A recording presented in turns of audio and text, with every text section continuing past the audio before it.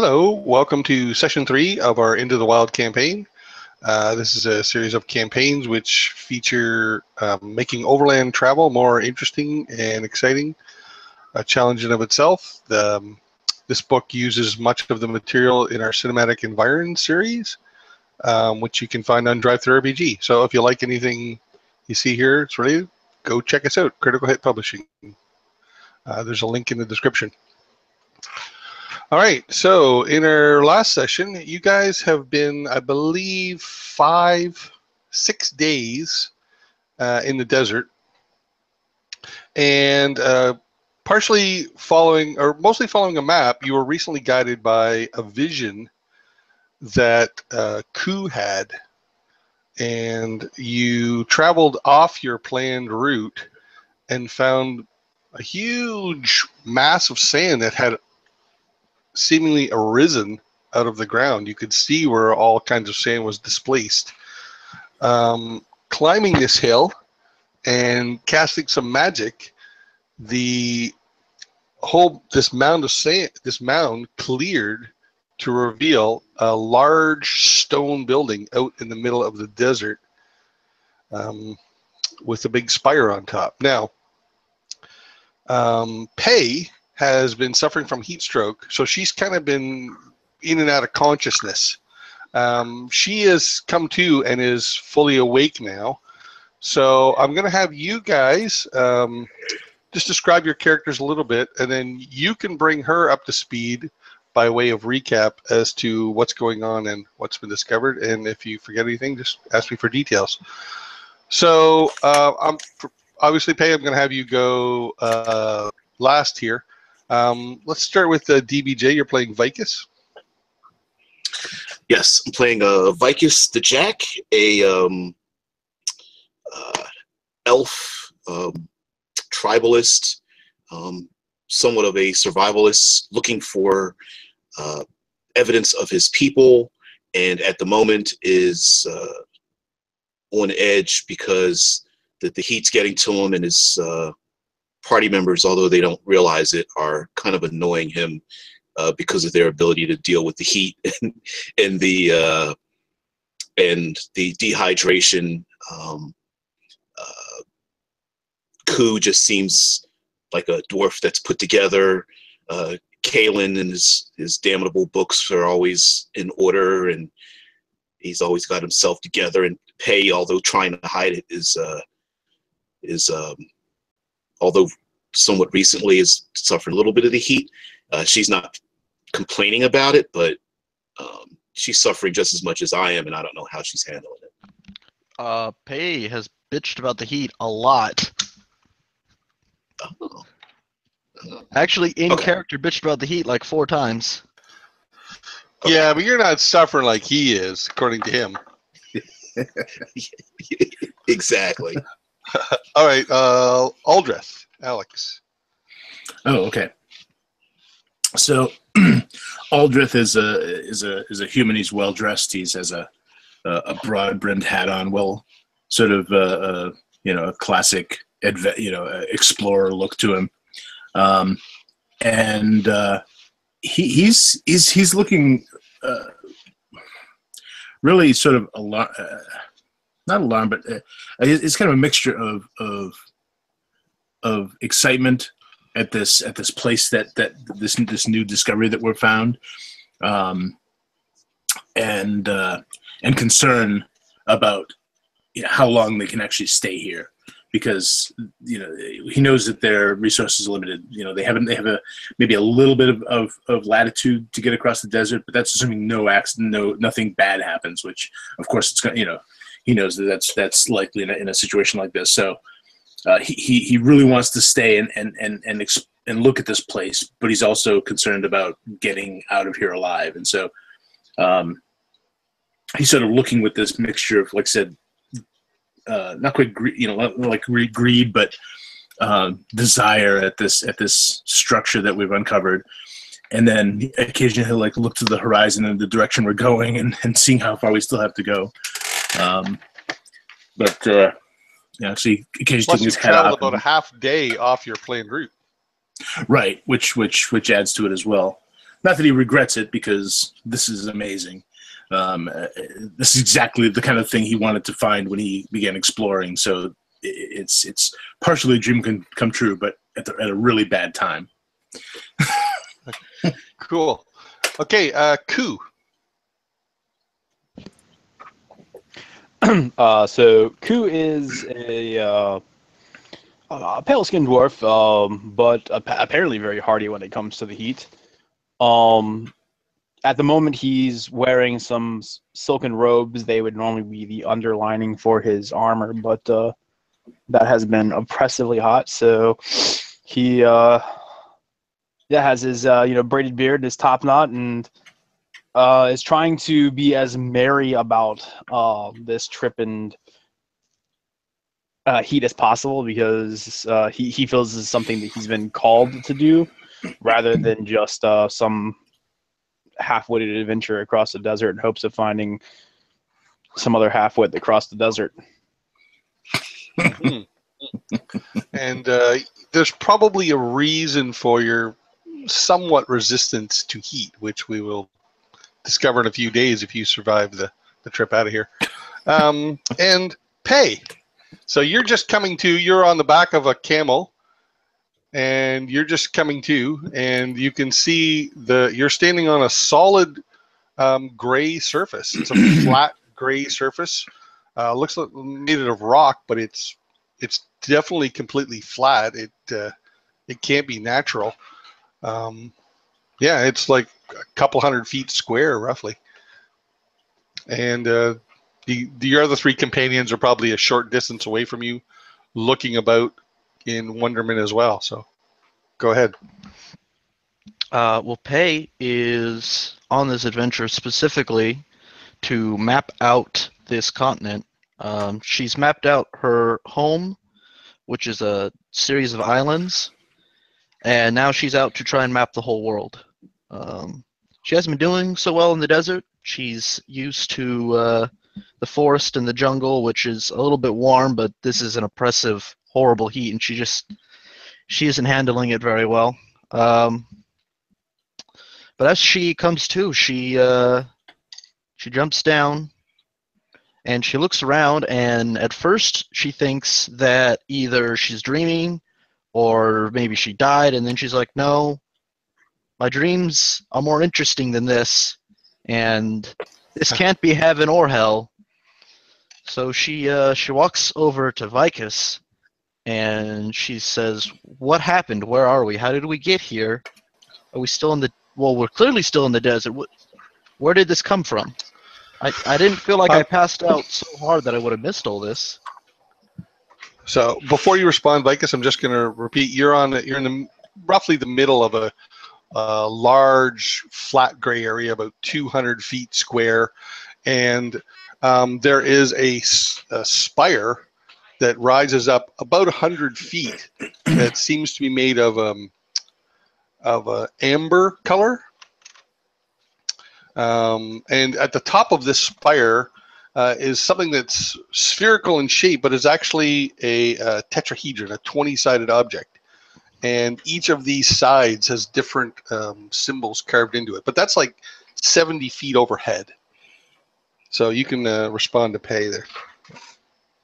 Yeah. I kind of look at her, or like look through her, make sure she's all right, and wondering if she's stable on her feet. And I'm like, in my head, I'm just thinking, oh, she just needed a rest, like I need one. And I say, Pei, ask Ku, his connection to the gods has led us here, as if he's special. Yeah. A slight correction too. The surface isn't gray, but rather green. It's like the face of a gem, maybe, but it's not super smooth like that. Like a multifaceted, tiny little facet. Well, you said Inside out of a geode. It's a geode that's inside out. Yeah. Yeah, I wasn't here for last session, but I watched it. So Okay, Pei will walk Ku. up to Ku and say, Ku, where are we? What is this place? where are you? So looking around, side to side, then the base of the spire up to the spherical-ish object. I am not sure. If I knew more, I would tell you, but I saw this in a vision, a dream, and now we are here. I'm pretty sure you know more than me, Ku. I was just asleep, and there wasn't a giant structure. Where did this come from? Well, if I had to guess, someone built it. Not recently. You are just awe-inspiringly full of wisdom, Ku. We are in the middle of a desert, and you ask me where this came from. Options are that I don't know, or it has crawled up from inside the bowels of the earth. Take your pick. Well, Pei's gonna commune with her familiar and try and figure out how they got here. More specifically, the route that they took to get here so she can mark it on her map. Okay, so while you can communicate with familiar, it is no more intelligent than any other animal. And it basically tells you came from the north and you walked up the sand here. I don't know how to say that in owl. I believe it's hoot, hoot, hoot, hoot, hoot. Well, I can communicate with it a little bit better than it actually making noises at me. I can communicate with it telepathically. But it still probably has some idea of how long we traveled. Yeah. Oh yeah, you're about half a day off. You travel for about half a day, about 4 hours off the route. You're roughly east to west route. You're about half a day off that, perpendicular to it. And knowing that much, I can kind of guesstimate on my map where we are. Yeah. Yes, you can. Yep. I'm going to be looking around the outside of the base, trying to look for just to discern the discern its characteristics. Does it look like it was carved? Does it look like it was grown? Okay. Excellent. So what sort of role might be appropriate here? How about investigation, since you're trying to look at what's there? And yeah, I mean, unless there's any kind. I mean, it was a tetrahedron. Apparently, a 20-sided is an icosahedron. Yeah. I thought it was tetrahedron also, but it's icosahedron. Oh, okay. I know decahedron's 10, dodecahedron's 12. 12, right? Maybe it's both. I don't know. Icosy apparently means 20, so icosahedron. All right. So I'm making an investigation roll. I also have history. So if there's any kind of historical, what's what I'm looking for, hint at what this might. Gotcha. If there's anything in history that might. I got. Yeah. All right. 12 and 16. Is that investigation you rolled? Investigation, yes. Okay, so you come to this conclusion that.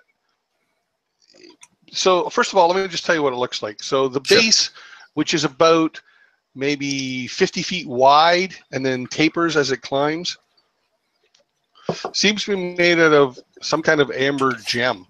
And you can see that it goes right through this green plane that it meets, right? Like, yeah.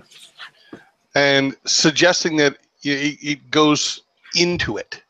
So you got this plane of green crystal, and then this amber crystal kind of angling up like that, and it looks like the amber goes right in there. As far as to how it was built, it looks impossible. Like, I don't mean physically impossible, but just beyond the abilities of mortal men to construct. Yeah. Not to Well, mention that's the materials are. What the hell? Well, that's why I'm, he's probably kind of considering that it was maybe grown. He's been in caves before. He knows, crystals, he knows the basis of how crystals form. So he's kind of wondering if, something could grow this and control its growth. Kind of like, he's probably seen druids do, kind of cause wood to grow in a certain way or warp and, manipulate it. Could there be a magic that causes stone to grow in this way as well? In fact, the answer to the question is yes, that's possible, but it would be really, really powerful magic. Okay. You said that the 20-sided thing on the top had symbols on it? Yeah, you can see carvings in it. Some of them though are worn by time, like they're hard to discern, and you also obviously you can't see all the sides from your vantage point. Yeah. Here's a quick question: is the way the 20-sided object is on top? Is it resting on one of the points, or is it resting on one of the flat sides, like one of the triangular flat sides? I'll say, well, again, you can only see so much from your angle. Yeah. But I'll say that from your point of view, it looks like there is a flat part on top that you can't see. Yeah. But on the bottom where it meets the spire, it meets at vertices. Mm-hmm. Okay. So no, it's not a flat point that's touching the spire. It's like some multiple. Well, the reason I ask is Faye because is going to have Phaedric fly up there and try and look at all the symbols. Okay, so you go. You ask your question first, there, Alex. Well, no, the reason I ask is I was curious if when a D20 is laying on a desk or something, one of the sides is hidden because it's on the desk. I was just wondering if there was a hidden symbol, perhaps like underneath on the bottom, just that we wouldn't be able to see because it was resting on top of this. No, the closest thing to hidden would be the stuff that's on top that you can't see. Yeah. Okay. No, yeah, I know we can't see that obviously, but I just meant like if we could somehow get up there and look around, would we be able to see all 20 sides? Yes. Okay. Yes. Faye's attempting to do that right now. So yeah, with her. Hey, what is the name of your pet? It's not a pet, it's my companion, and her name is Phaedric. Okay, I'll just refer to her as your SO then. So you can, with the spell, you can see through her eyes, is that right? Just Does it allow because you to I can't remember. we're so linked, I can see through her eyes, yes. All right, so, because she wouldn't be able to well describe the symbols she sees because she can only, but you can see them for yourself. So I'm just going to tell you kind of what they look like. So there's a whole bunch of different symbols. One looks like a swirl. One looks like a swirl symbol. One looks like a crystal, the one that's on top. One looks like a flame. One looks like a wave. One looks like two solid layered rings, and near that you see two hollow layered rings on another side. One side seems to have just a shape of a humanoid, like a silhouette. Another one has a burst pattern. One has a sort of demonic figure on it. Another one has a figure of a skeletal humanoid. One shows a mountain with the sun behind it. Another, a mountain with a moon behind it. One looks like a paw. One looks like a lock, a gear, a brain, a river with a person standing by it, and another one like tables and chairs. I'm gonna, as he sort of kind of I ask if he can recite these, and as he does, I'm gonna take out a parchment and my ink and sort of write these down so we don't forget them. Faye's gonna so try. It's strictly icons. There's no writing. Right. Faye's gonna make a history check to see if she has any idea what this could mean. As soon as I find Go my ahead. dice. Here they are. They should be good. Yeah, I'll kind of look them over too. I have a pretty good history as well, so I will. I got a total of a 23. Yeah. Oh, geez, man, that's good. 19 on the die. You don't know what this is. You can think of no mention of it anywhere. You suspect that it might be very, very old, and that could be why. Well, that's fine. I don't know how high I rolled, so I'm just going to assume I don't know it. My character doesn't know that she rolled high. Right. Right. I'm telling you what you do know. So you know Yeah. that you don't know, and you suspect it's very, very old. You can see this from the weathering and stuff. Although the structure itself doesn't look weathered in the least. My point is, she's going to ask Aldreth if he knows. It's going to be the same for him. Yeah, but she's still going to ask him. Yeah, I'm sorry. We'll go ahead and ask him then. Yeah. As we're sort of looking at these together, I like I said, I've written them down because I didn't know exactly what they look like, but I can write down and say, I don't know what these could be. I remember reading that there were older cultures that used pictographs as writing rather than symbols as we use and as magic uses, dwarves, and so forth. But it could mean that this is very, very old. Very old. Oh, hold on a second, Aldreth. This symbol looks like this, not like that. So I make the correction. All right. I also try to get them, make note of where they are, on the object in relation to where we are as well, like which one is on top and so forth. So, I probably spent about half, not near each other. I'm gonna say I probably spent about half an hour consulting with him while he's looking at them, and he keeps kind of coming back and yeah. I'm going to ask what Vicus and Ku are doing while you guys are staring and writing and conferring with owls.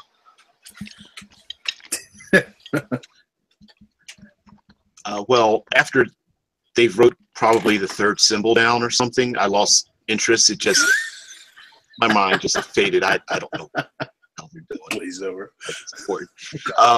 So arms crossed and kind of frustrated, I'm like walking around this green plane of sorts. Yes.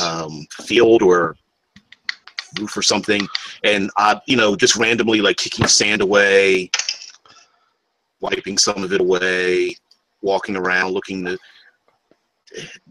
kind of absently and just looking out at the horizon. So I'll give you some details in a second. Ku, are you walking about with him, or are you praying or doing something else? Or I guess I'll be walking with him at the moment. With Vicus. okay, so you have all 20 of these mapped out, Rob, right, Rob? I do. Is there? I know you said there was like a sunburst. Is there a moon that's visible, like a crescent moon or a moon or a? There's a moon behind there the isn't mountain. one. There isn't one with a moon, but there's a moon behind a mountain. Close enough. That works for me. So, do you have them placed on their sides also, or do you just know that what 20 exist? I know what 20 exist, and I know what the relationships are. So while I don't know that this one is in position 12, I know that this one would be near this one would be next to this one would not be next to this one. Okay, is it possible that the moon and the mountain would be opposite-ish of the sunburst? Okay, sort of. The burst symbol isn't a sunburst symbol. It's more of like I don't really know how to describe it. It's sort of like a multi-pointed, yeah, kind of like that. But I'll tell you this, pursuant to your question, the moon with the with the mountain with the moon behind it is directly opposite the mountain with the sun behind it. That worked. How the hell do they distinguish between the moon? Never mind. So that works out. That works out very well for me. So as Vicus and I are walking, I'll point out that I saw those two symbols being discussed by our compatriots. Yeah. I believe this place is ancient, very old. I think perhaps it predates perhaps your people and my people. But something puzzles me. The mountain is my people's home. The volcano that sits at the center of this world. I know it's not the center, but it's what we believe. Shut up and go with it. And the sun behind the mountain, and the moon behind the mountain. Yes, my people believe the brother and sister, the sun and the moon, the two aspects of our life, light and dark, masculine, feminine. Good, not so good. I wouldn't say evil. Evil is a construct that we create. But is it not strange? We are so far away. But here is this symbolism. I bet if you were to look, you would find symbolism of your people as well. Is it possible that the reason that the gods and spirits have led us here is that this is a ancient place before the gods and cultures diverged?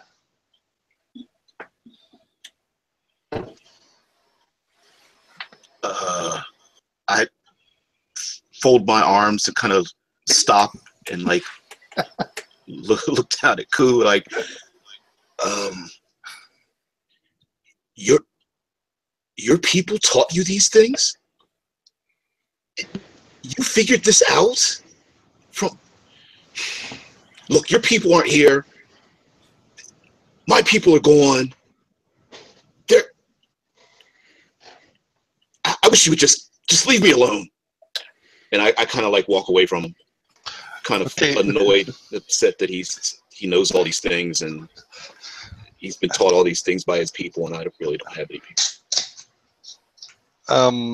Perhaps further frustrating to you is when you walk around this green Champlain, which has no sand on it at all, whose magic made all the sand disperse. You realize a small problem in that you guys are you're now, this plane is 100 feet in the air above the ground. I mean, it's 100 feet tall rather, and you seem to be on the top of it. Ooh. Ooh. Does it look like there's any danger in looking over the edge? No. You look over and see tilted this. Or at an angle or No. Sand down there, but it's about 100 feet.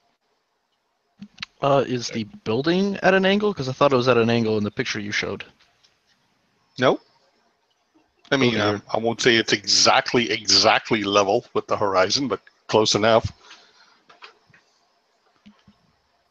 Well, I know how I can get down. I don't know how the rest of you are going to get down.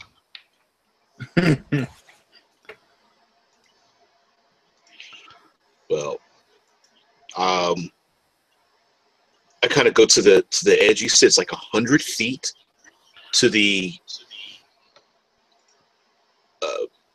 I don't want to say the ground level. To the sand it's below. 100-foot sided object. Okay. Looking over the edge, does it look like there's any openings? Like if you were on the roof of a building, you know, you would see maybe a balcony or doorways or windows or. Nope. No. It seems to be this same. It was like right angles. The surface is slightly rough, like we talked about the gem surface, and the ground immediately around the building has been like pushed away, and perhaps from this coming from the ground, and also from the sand that was on top of this being dispersed out. So you can walk around the immediate building, and then it's kind of like in a sort of crater of sand, if you will, now, because all that sand has been displaced off the top of it. You can see what looks like maybe a door, at least a rectangle of different color, gray, on one side.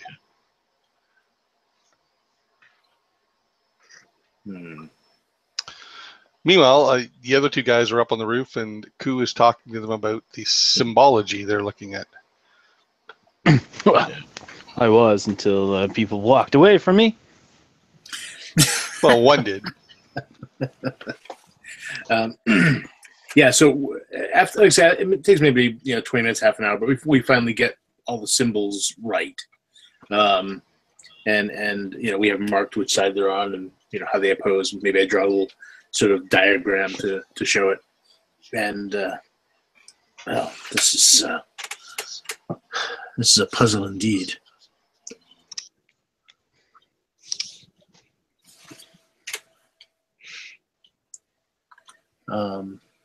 So, do we plan on getting down from this, or? Well, we'll have to. The door is down there.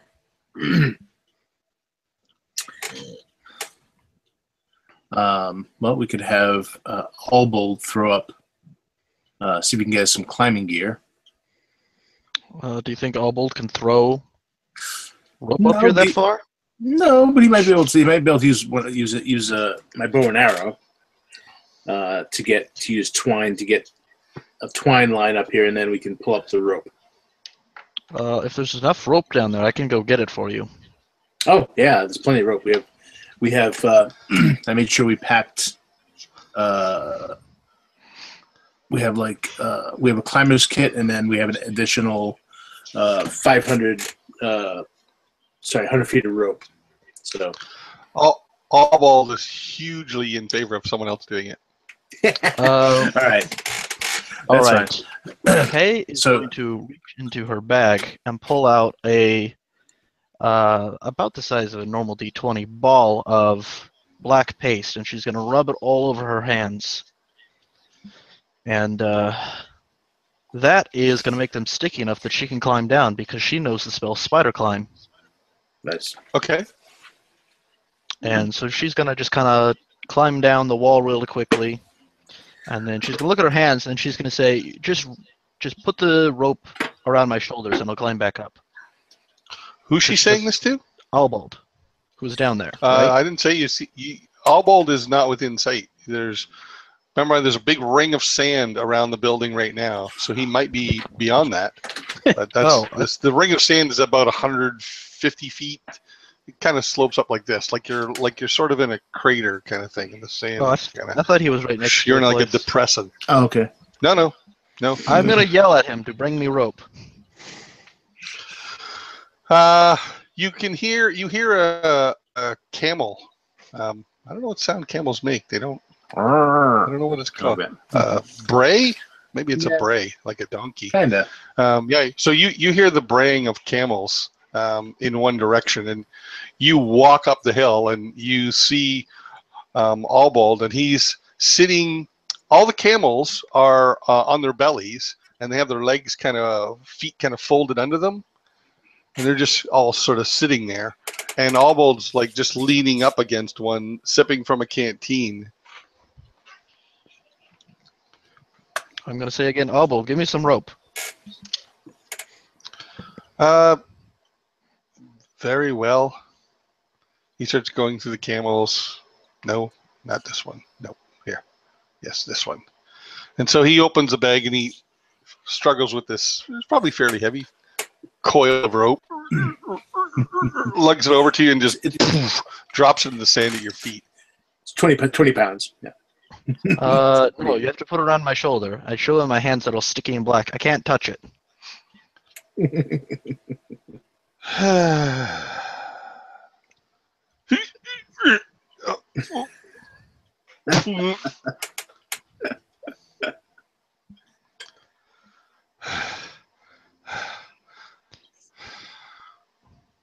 There you are.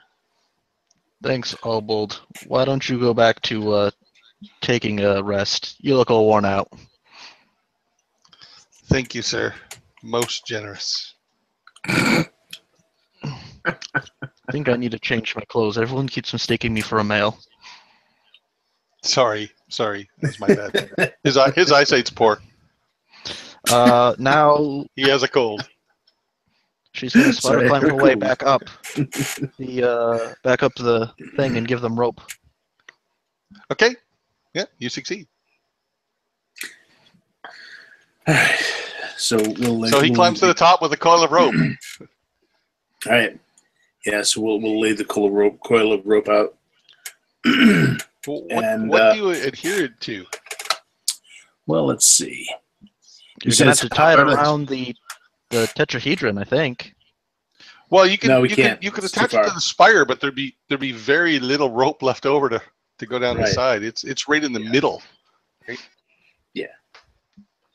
Well, the good news is this thing has a lot of texture to it, so we should be able to do something. The could you put up the image again, Rob, real quick? Yeah. Sure. Oh, wait, yeah, didn't the edge have like things on it? Yeah, crenellations. Not really crenellations, but yeah, it had things on the side. Now, I think I just kind of drew that poorly. It's a flat surface. Sorry, but the four corners are like bigger. How do I describe this? Imagine it from the very top, and like a square, but where the corners are bigger squares. You get me? So like four, but it's flat on top. This should be just one flat line. But when you look at it from the top view, you'll see that those areas are like it's not a perfect square. It's like a square with bulges. I'm not describing it very well. You'll see when you get to the next map. Okay. So it is just flat on top. I'm sorry. Well, we'll just have to make those of us on top will just have to hold the rope for everyone else. Can we trust Pei to hold the rope for the last of us? I don't know. How much is the lightest of you? Terribly. 195. Plus whatever's on your person. Yeah. Yeah, I mean, I have a little bit of stuff, but not a huge amount. Most of the stuff is back. I will definitely give you a strength roll to attempt it for sure. Yeah, I mean, I know what my maximum encumbrance is, and I don't know. I don't know if she's gonna be strong enough unless you're like really light. Well, keep in mind you can be encumbered and heavily encumbered, right? Yeah. It's not. There's a difference between your regular carry weight where you're allowed to move at full speed, and then your encumbered weight where you can still carry it. I know my maximum that I can push is like 150. Yeah. You're just kind of leaning back and hanging onto the rope. It's not really like you're fully supporting the weight because the climber's helping you and the surface is helping you. I'll tell you now, it's going to come down to some strength rolls. Yeah. Well, I'll do it. Whoever's the lightest will go last, and then I'll climb back down the mountain. Yes. Who's climbing down first? Hold on one moment. I'm just trying to see what I have here in gear-wise to see that I can cobble together to help him out here. I would suggest Ku go first. Yeah. He seems heaviest, unless the gods, of course, have blessed him with, I don't know, the weight of a feather. That could happen. Dwarf could be a little heavier, but you guys can Yeah. share the load. All right, so I'm going to have the, if Ku's going first, I'm going to have your other three make strength checks, and I'm going to combine this to meet up to meet a DC. All right. Actually, I have an idea. I'm gonna take out my axe, and I'm gonna tie the rope. I'm gonna tie the rope around the handle. Now, assuming that well, before I do this, I'm again, it's hard to assume from the picture since those aren't there. Is the edge of it sort of is it a good solid right angle? Pretty much, yeah. Yeah, keep in mind it's like slightly pointy because of like the gem facet thing. Well, like it's got close some, up. You got really close. Right, that's good. But that's good. It's got rough edges, which means it's easier to grip onto. So now I have a bearded axe, which has this kind of like long sort of. You're familiar with the shape of bearded axe? It's kind of this long, kind of curved end. So I'm going to put it right on the edge of the wall, and I'm going to have it so that the handle is pointing like straight down the length of the wall. You know what I'm saying? Yes. And the axe part is like hooked on the top edge. You see what I'm saying? Yeah, it's a bit of a grappling hook. It's a crude grappling. Kind of, yeah. But it's not going to be just by itself. This way, Pei can sort of just like hang onto the top of the axe and keep apply pressure inward so that it stays stuck. In all those little in all those little. Rough edges and stuff like that. Yeah. So that'll give him an edge, and we'll tie it really good around the axe. And then when he comes down, he brings the axe. Yeah, I'm assuming there's going to be the axe isn't going to be at the very end of the rope. I have a cold. The axe is going to be there'll be some rope that goes beyond the end to hang on to as well, right? I'm assuming. Well, no, all we have to do is if we just tie it on the head of the axe, and the axe is like I'm just saying not much to wrap your hands around, but that way. Well, the rest of us can help. Each person goes down. Those of us left up top. So I'm gonna support the rope. Yeah. All right. I'm gonna make the DCs easier because of the axe. So Ku's going first. So I still want the rest of you to make me a strength roll, and I'm gonna combine these totals. Okay. Let's see what we got here. Well, has Ku magically lost weight? Because I'm assuming he has. Not that I'm aware of. All right. Ooh, did well. I got a total of 20 on. Oh, are we using strength or can we use athletics? Strength. This is just pure strength. All right, great. So 20. Okay. What did you get, Vicus? 23. All right. Ku, I'm not even going to make you roll to climb down a knotted rope or just a simple climbing rope. Yeah, and it's not like there's adverse weather harming you anyway. Mm-hmm. So you climb down to the bottom safely. Your feet are on the ground. Who's going next? I know it's Vicus. You. Go ahead. Me? All right. Fine. And I grab the rope and and look down, making sure Ku's out the way, and prepare to descend down the rope side of the screen. Okay. All right. I'm not going to ask for a climbing roll from you, but I am going to ask for a strength roll from Aldrith and Pei. I got a 13 this time. All right. 14, 16 total. Yep. Okay. So you climb down without incident. Who's going next? I guess that'll be me then. All right. So you start descending, and Pei, you're going to have to do this on your own. Yeah. Good luck. All right. You better hope I roll well. Yeah. I don't suppose I have inspiration, do I? You don't get paid if I die, right? Just saying. Well, I got bad news. I hope I have inspiration, or else you're gonna fall and get hurt. Yeah. Okay, so you rolled crap. I rolled a natural one, so. All right. So the axe slips completely out of your hands, and it kind of it spins, like where you have it hooked over the edge, it kind of like spins a little bit. And you feel this. You're about halfway down when this happens, Audrey, and you feel this. And so I'm going to have, since you're going to be the victim, I'm going to have you even the odds. Okay. So make a roll for me. And if you roll an odd number, the axe comes loose. Okay.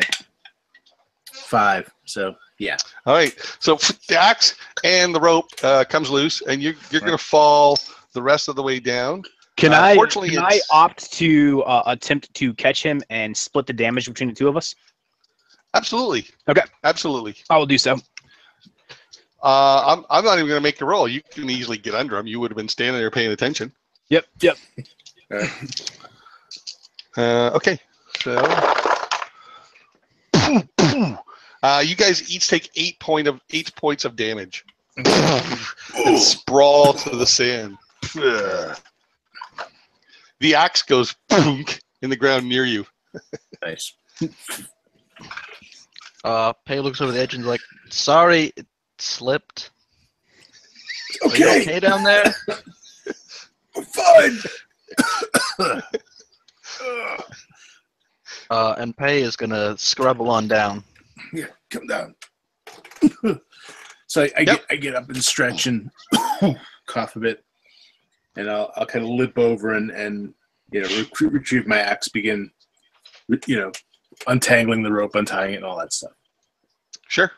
Done. So while he's on his way down, sorry, you're kind of bruised. You're kind of bruised, brushing the sand off. Pei climbs down. Cake. Then I make a point of not helping them.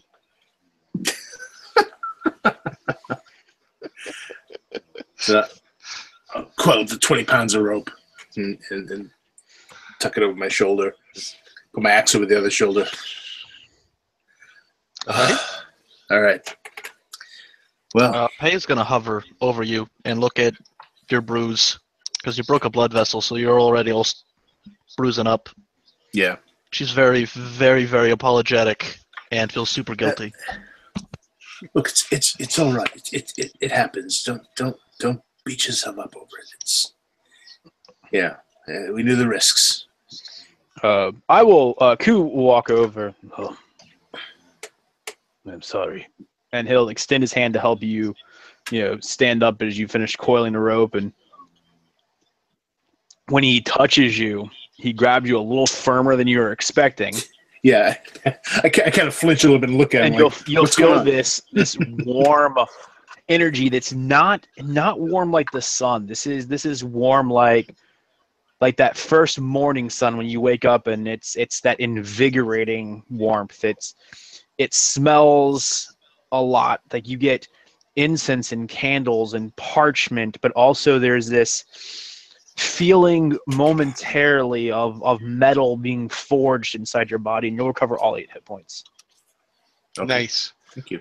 Yeah, and everywhere where you're aching from the bruises of your fall, the pain ebbs almost immediately. Yeah, so I kind of inhale. And I kind of flex my hand. I look at I kind of look at the bruise as it fades. Thank you. And again, there was a considerable delay from the time your spell ended and then took effect. I would imagine that maybe with lay on hands like that there's even more effort expended on my part to make that function, because it's not even like a true spell, right? That's like a direct divine connection. And so there's you could actually for a moment see like discomfort on Ku's face as he had to force that to happen, whereas normally it'd be pretty natural occurrence for him. So even as I'm thanking him, I look at it. Are you okay? I have had worse. Yeah. I suppose we both have. Well, we're okay. Let's go take a look at this door then. So when you approach this, what you are taking to be a door, it is a door shape roughly. It's about 10 feet tall, and it's about maybe 6 feet wide. and it just serves to be a solid slab of gray stone, incongruous somewhat compared to the green gem wall that it's part of. It is, you don't see a handle, any demarcations of any kind, a lock. It's nothing. It's just a solid slab. But it's smooth? Yeah, it's smooth. Yeah, smooth. Okay. I mean, it's not like smooth, like super smooth. Well, I just meant compared to the sort of, crystalline outside edge of the rest of the place. Yes. This is not crystal. This is stone. Yeah. With still sticky hands, Paige's going to try and push it up, but she's not very strong, so I assume it's not going to work. It doesn't budge. Yeah. I try and slide it sideways, and then the other sideways. Yeah, it does not budge at all. Oh, wait a minute. You got spider climb running, right? Yeah. So as soon as you touch it, I take that back. The instant you touch it, it slides into the ground. I kind of jump back with a start. Still stuck to it. You're like, It's like And, your ties in the elevator, right? Right. In fact, when I'm so- frightened by this, I break concentration on the spell, and all of the blackness on my hand falls off onto the ground and dissipates into nothing. Yeah, it happens before you even try and push. As soon as you make contact. So inside, you can see what looks like a huge chamber. Perhaps it's all one room inside, and there is no natural lighting except for somewhere deeper within. You can see some amber light, similar to the color of the spire. There is some sunlight going in, but it's, it goes in for short, just like a narrow kind of, and then it becomes very shadowy. But somewhere deeper inside this chamber is you can see a sort of an amber glow. So as the door sort of suddenly opens and we're all kind of startled by it, I start to kind of reprimand Pei a little bit, I guess, saying, "Pei, what did you?" Oh, and I look inside of this and I kind of just let the coil of rope drop off my shoulder, and I sort of begin walking into it, with Okay. just these wide eyes, And I yell into wait, and I want to grab his shoulder to keep him from walking in. okay. I kind of look around at his hand, wondering what the hell it is, and like, what? Oh, right. Hold on. One of us, Yes. more You're right. capable should go first. Well, I say I get ahead of myself. We should definitely examine this before barging in. It's just I've looked for something like this my whole life. That's fine, but so someone more physically capable should go first. There might be dangers, death. I kind of look at him. And I look down at myself and like what? Yeah. I will. I'll go first, and I kind of like look over at Ku, and I'm like, you can stay back here, protect the others. I'll go first. Now I'm almost mirroring exactly what he did to me. I like wait, and I put my hand on his shoulder now. hold. And I say, and I pick up an end of the rope that I put down on the ground, and I say, here, and I kind of like flip the rope around him, and I tie a quick simple knot. I say, just in case, and I kind of pick up the rope and I. Okay. Fine. So you now have a leash. Yeah. I draw my short sword, and I'm going to make my way in. Okay, so you can see inside that the. I'm sorry. Go ahead. No, I just wanted to make sure that they all were in preparation that I was going to go in. Mhm. Okay. And step through the door, entrance side. It's, as I said, it's very wide. It's 6 feet wide and 10. It has a floor inside. It seems to be made of the same material as the door, or at least the same color. Okay. What the rest? Are you the rest of you going in? Are you waiting? As I said, you can see for a little ways, but you see it seems to be, at least in the immediate puddle of light, or I guess cone of light going in. It's you see nothing other than floor. It seems to be empty, but you can't see any of the walls other than the one you're by. The interior walls, they're in shadow.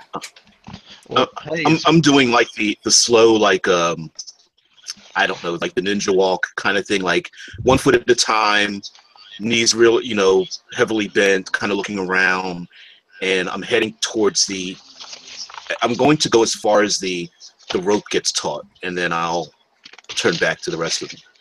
And as I'm walking, I'm looking at the ceiling, floor. Long before that, you're going to be out of their line of sight, at least out of their line of light, if you will.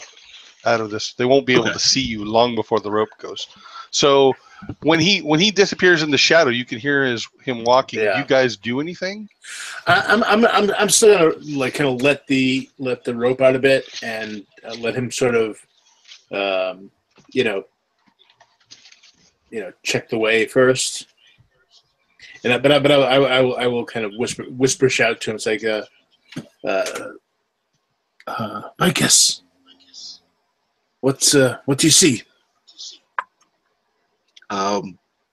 As I kind of blinked, and pause a bit to get my eyes to adjust, from the super bright light to like shadow and a little darkness, and it kind of like try to describe things. If there's any shapes, I describe it, but I can't see any color. So unless there's some other effect, it's pretty much just open and black and white.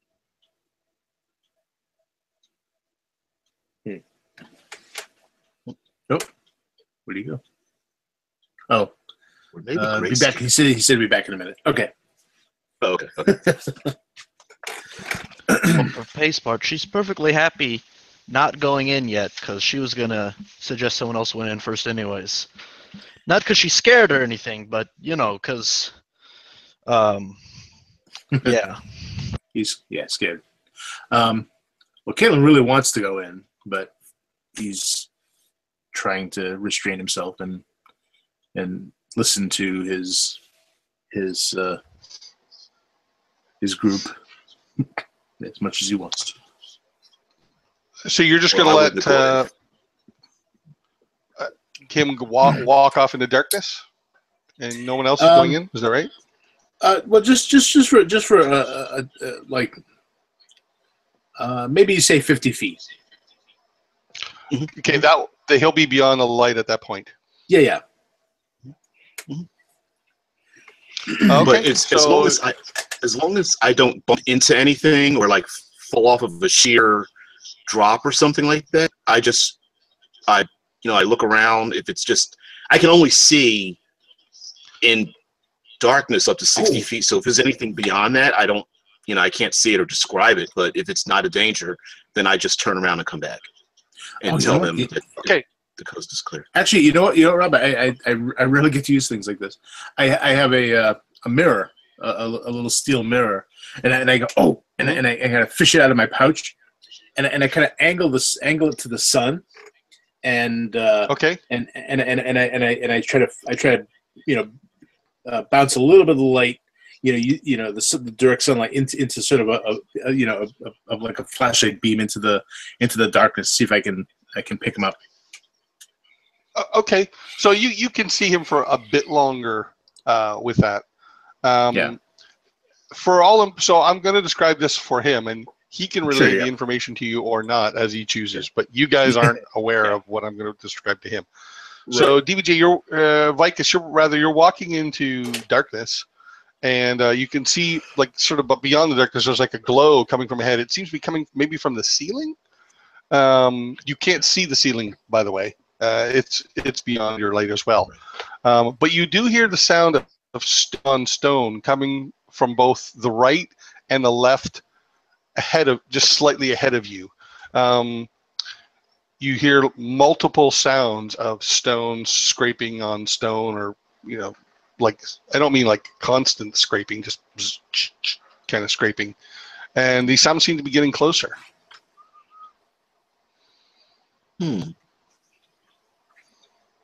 Okay. I approaching from your right, your left, and kind of ahead, but not directly ahead. All right. I crouch down with my short sword up, and I'm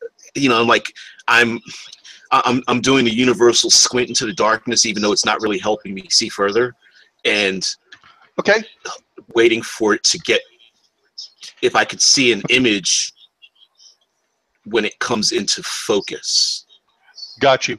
So at roughly the same time, you see figures, maybe 8 foot tall figures, vaguely humanoid shape, shadowy now, figures moving towards you from both the right and the left.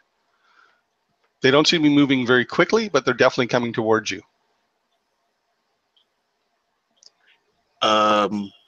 Now's the time I make a noise and go for a hasty retreat. Okay. So you're just gonna run out the door? I'm going to back up. So I'm like, sure. I pull the rope like hard, like 3 times, and then with my short sword in front of me, I'm backing out. Right. Okay. So yeah. So as soon as we feel it, we begin reeling it in, reeling it back out. Yeah.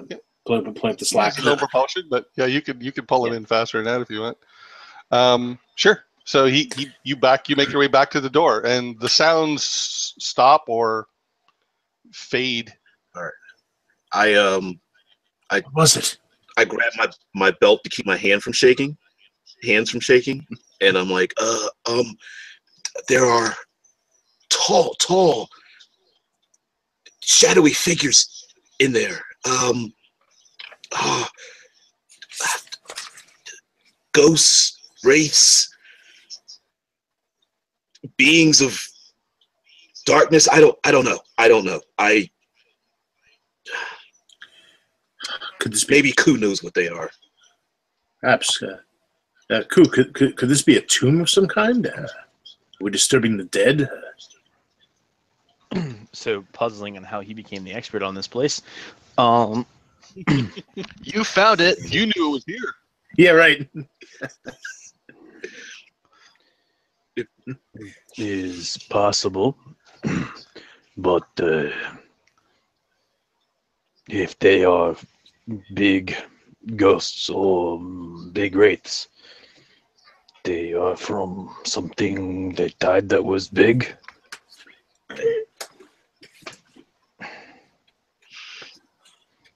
Could they have been more of those skeletal creatures, perhaps? The one that terrible thing we saw before.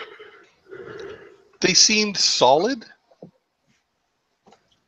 I'll just tell Vicus that much. Yeah.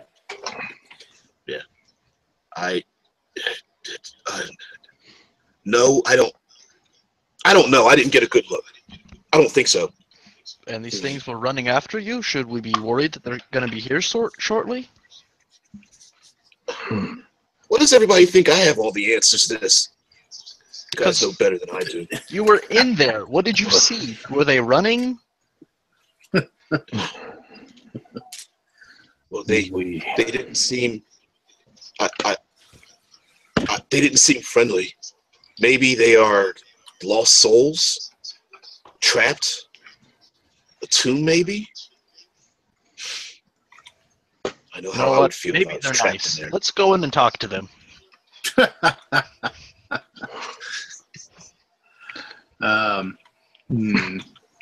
have enough time to put on our armors? Pei is going to reach out and grab some of the shadow, and it's going to cover her entire body because she knows Armor of Shadows. Nice. Okay. Side note, is that the name of the spell? It's Or the name of is that the warlock name of your spell? It's a warlock ability that lets you cast mage armor. Oh, nice. There's nothing immediately threatening you to answer Ku's question. Well, of course we'll take time to wait for Ku to put on his armor. And We'll always wait for Ku.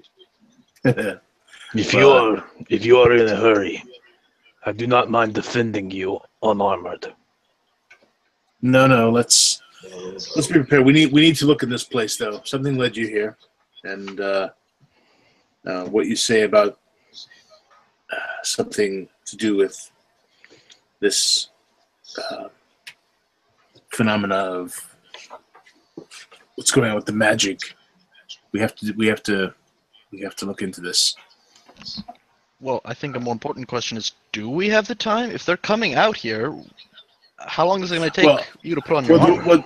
That's a good question. Do we hear any sounds of them approaching? So that was actually the question that was directed at Vicus, was asking Vicus if we had time to put on armor.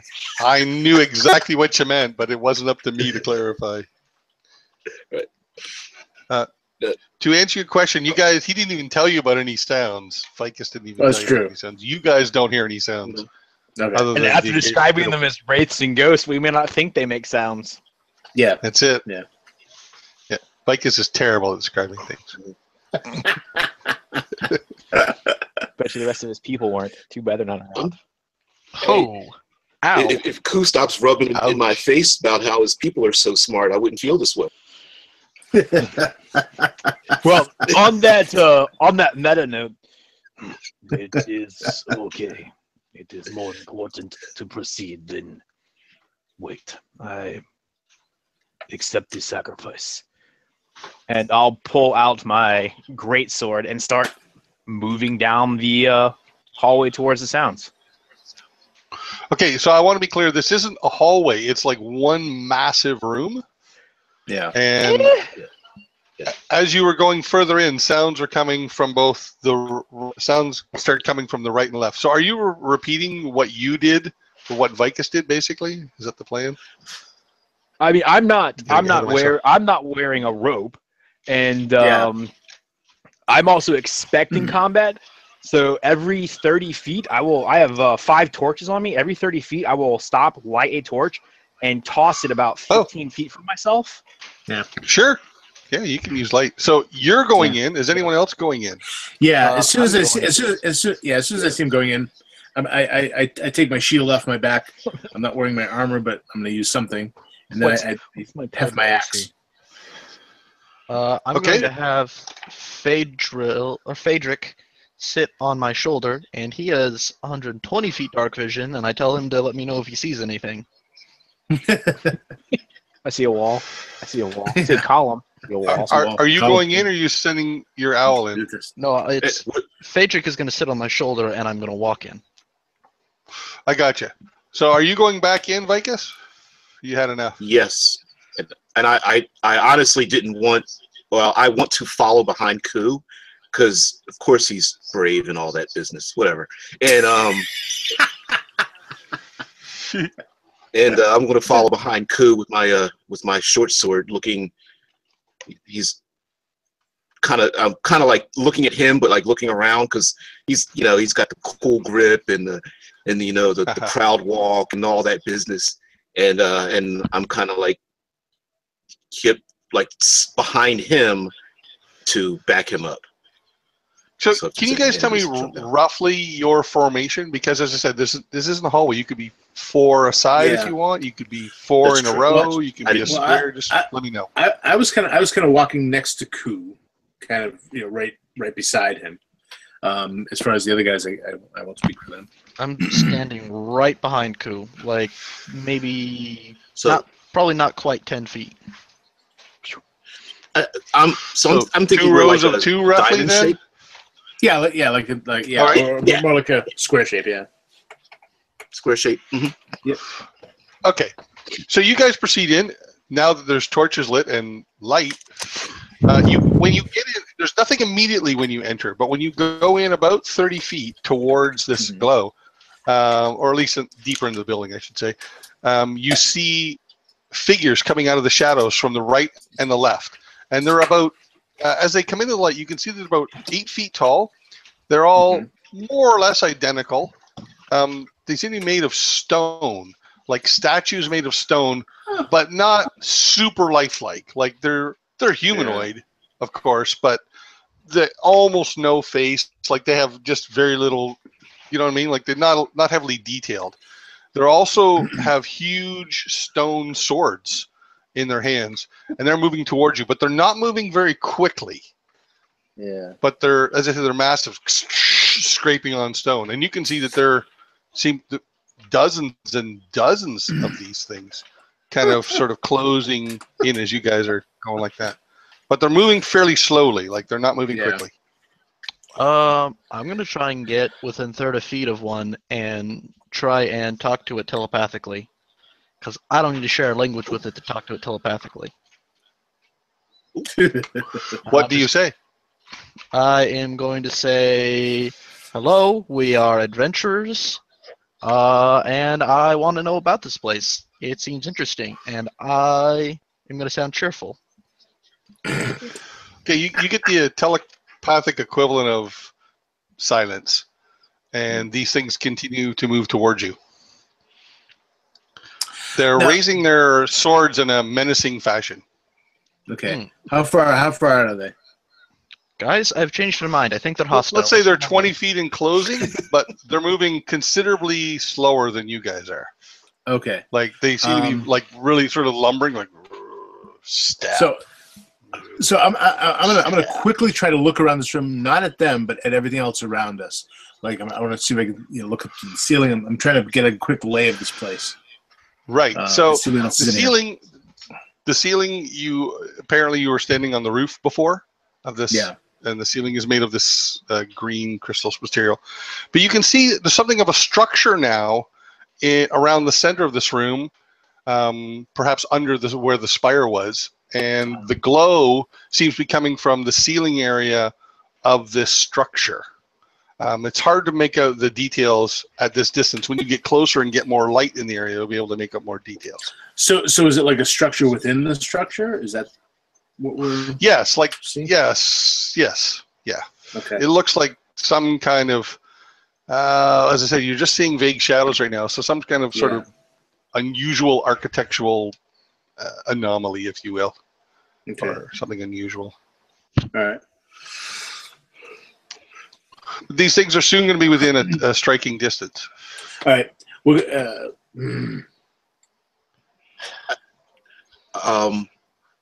I'm wondering if they will follow each of us. Like if there's 4 of us and we assume 4 of them, will they follow us? There's way more than 4. There's way more than 4 of them. Yeah. Oh, okay. Yeah. All right. Let's. They're 15 feet away. They're raising their swords. All right, moving toward the middle thing. Still approaching. I'm moving to the middle. So you're going to go like running into the room, like running Yeah. deeper into the chamber? Yep.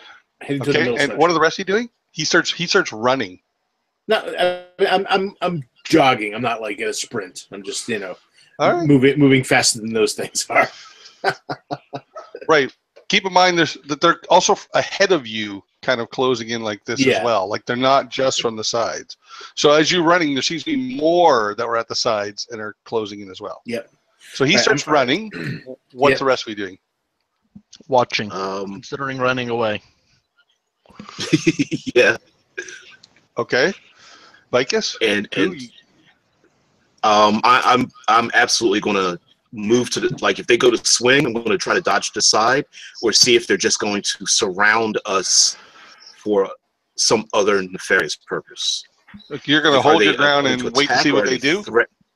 That is correct. All right. Right. Cool. If they go to swing, I'm just jump to the side.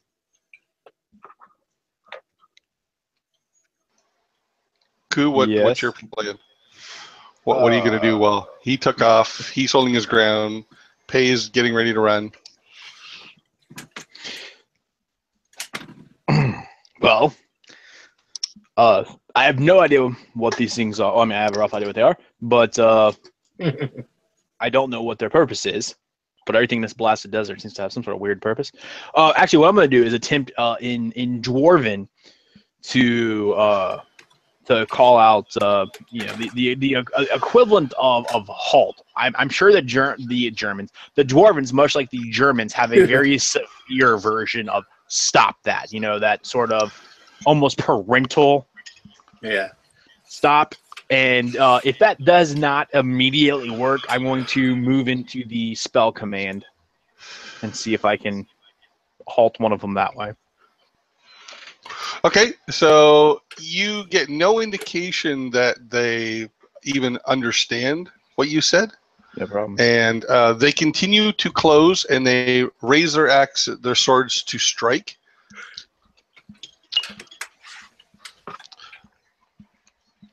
I'm going to go back to you in a minute, Keelan, and I want to see what the reaction is here. So, Sure. Are you going to counterattack, or are you going to dodge, or run away, or?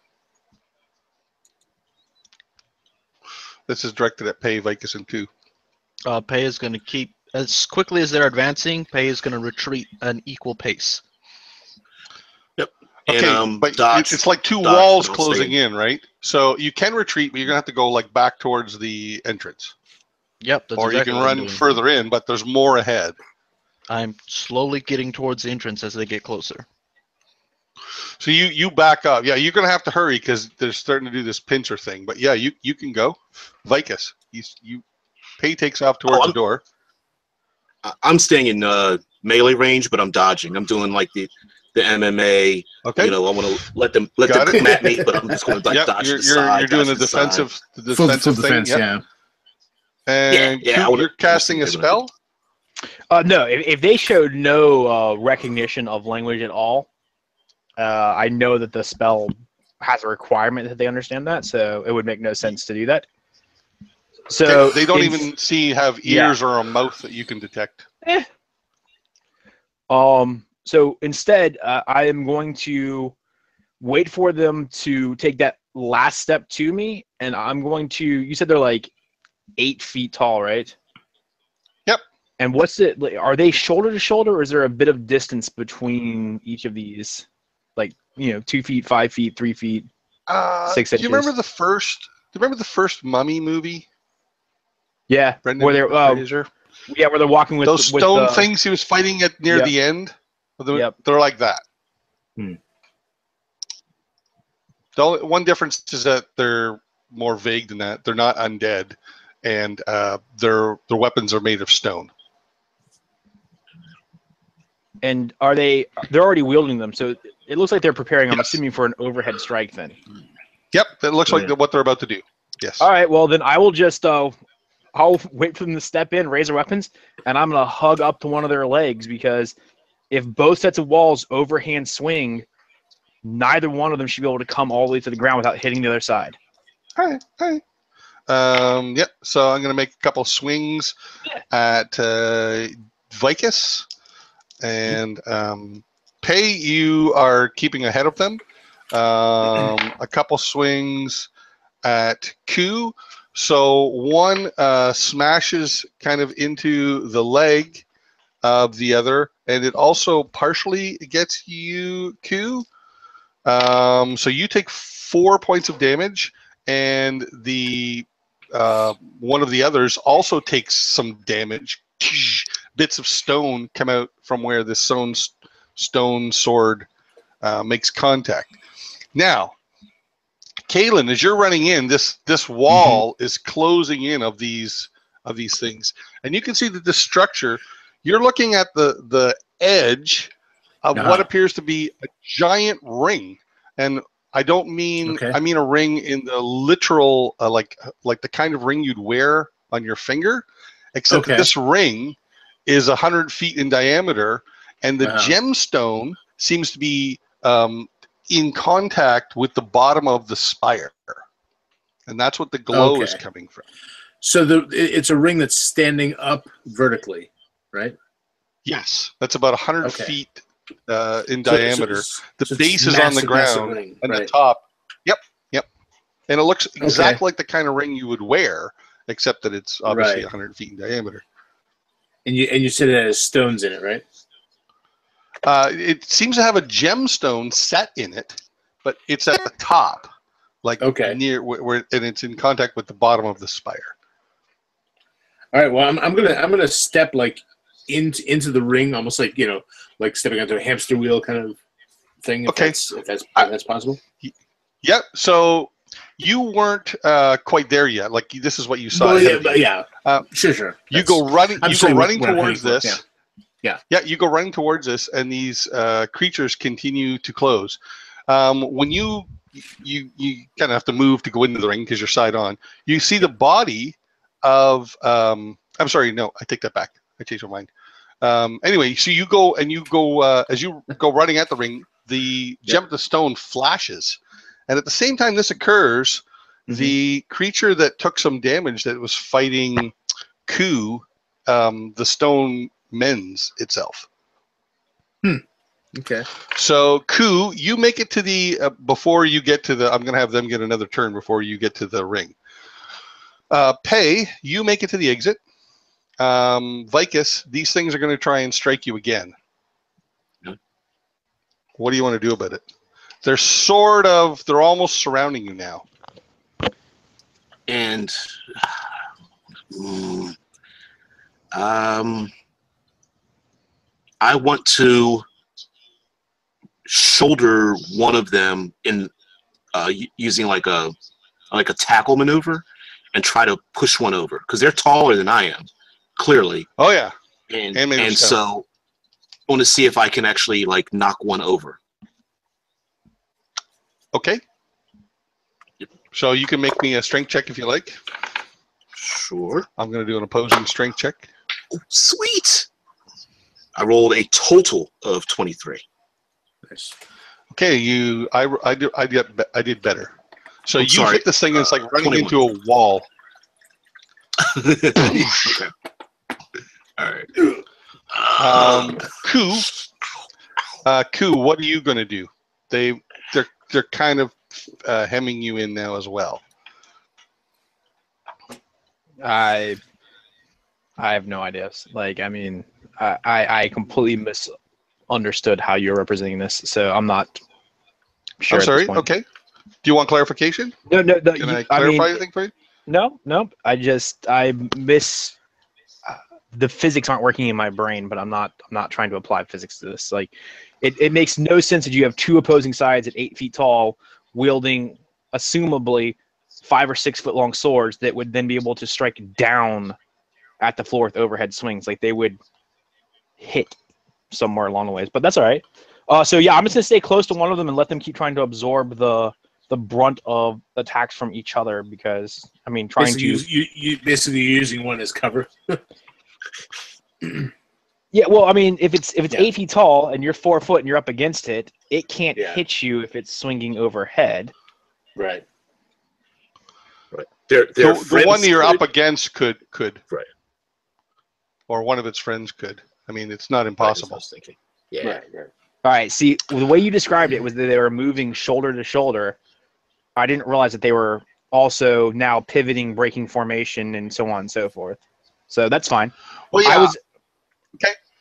I didn't realize it was organic as it is. It sounded a lot more like it was a line of essentially like stone suits of armor, stone golems, moving in a lot like a compressing wall. Okay. And so that's why I was thinking if you get close to one side, that side can't hit you because they're not able to shift, unless they're going to re-grip their weapons and stab down. I gotcha. Certainly not many could get a good shot at you. So you're sort of taking advantage of your size and taking shelter in one of the legs. Kalen, you're at this giant ring now, and you said you want to run through it. Is that right? Well, yeah. Again, assuming these things are still kind of closing on me, I'm first going to look to see if this ring looks like it can move. Does it look like it can rotate at all, or or like again kind of No, like a hamster but wheel? No, but you don't see what you get no sign. I mean, you only get a couple of seconds here. You don't see it like affixed in any base either. Okay. Yeah, so I'm gonna step into the ring essentially again, like stepping onto a hamster wheel. Okay. So as soon as you make a move to step into it, the ring vanishes.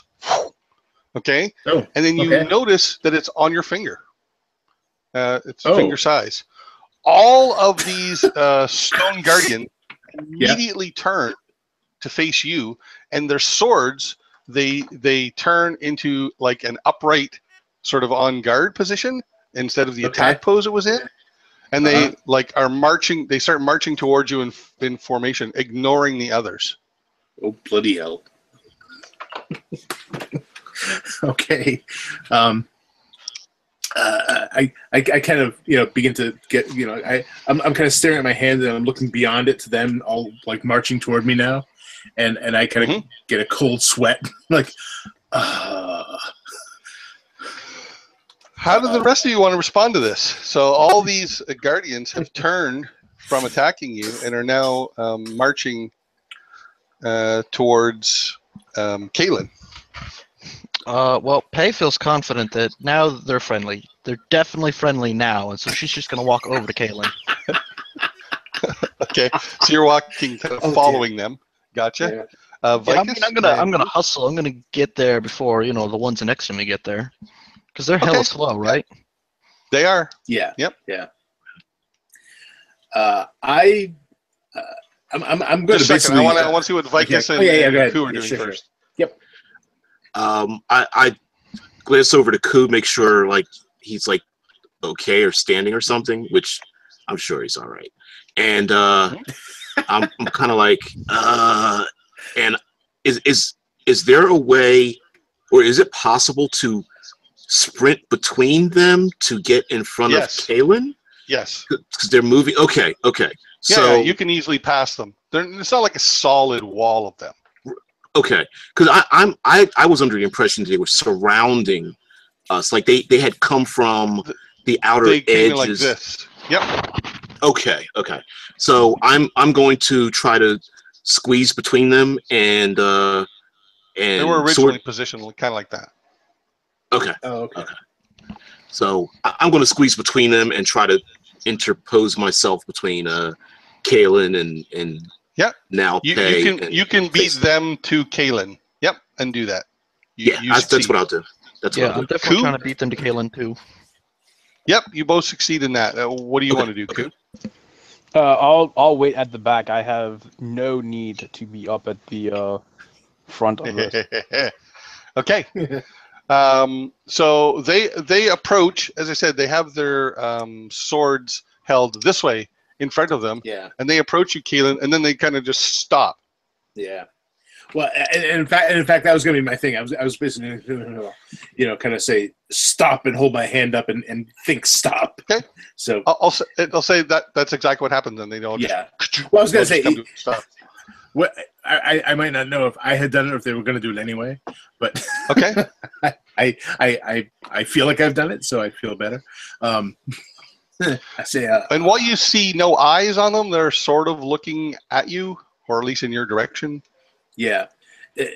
So as Vicus gets to me, my hands are kind of still shaking from the adrenaline.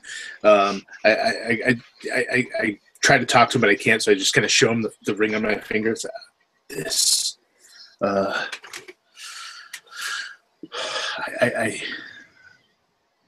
I suppose we're okay for now. And I'm gonna start to look around and see what else is here. Is there anything else? You said this ring sort of made connection with the what do you call it? The spire on top, the underneath bottom of the spire, I should say. So I'll tell you that the ring appears to be made of this green material, and the gems. Although it's smooth, it's not like pointy facets like the other one. It's one smooth piece of this, and the gemstone, which moments ago was the size of a boulder, is made of this amber color, and it glows just very faintly on your finger. All right. But there's nothing you can't else in the see area? the back of this. No, you can't. You can't Okay. see the back of this. The spire's almost directly overhead you. I mean, down to the bottom of it. Yeah. You can't see the back of the room yet where Okay. you are, but they're these things have made sort of a horseshoe shape around you, and they're all just sort of standing there at attention. Okay. Pay is going to assume this is in hand and go to the back. You're just like, okay, nothing to see here. Moving on.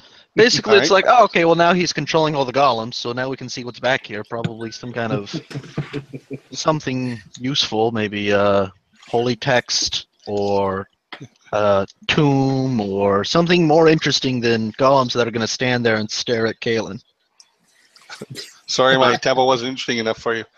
What do you do? So, what are you doing, Kalen, about this?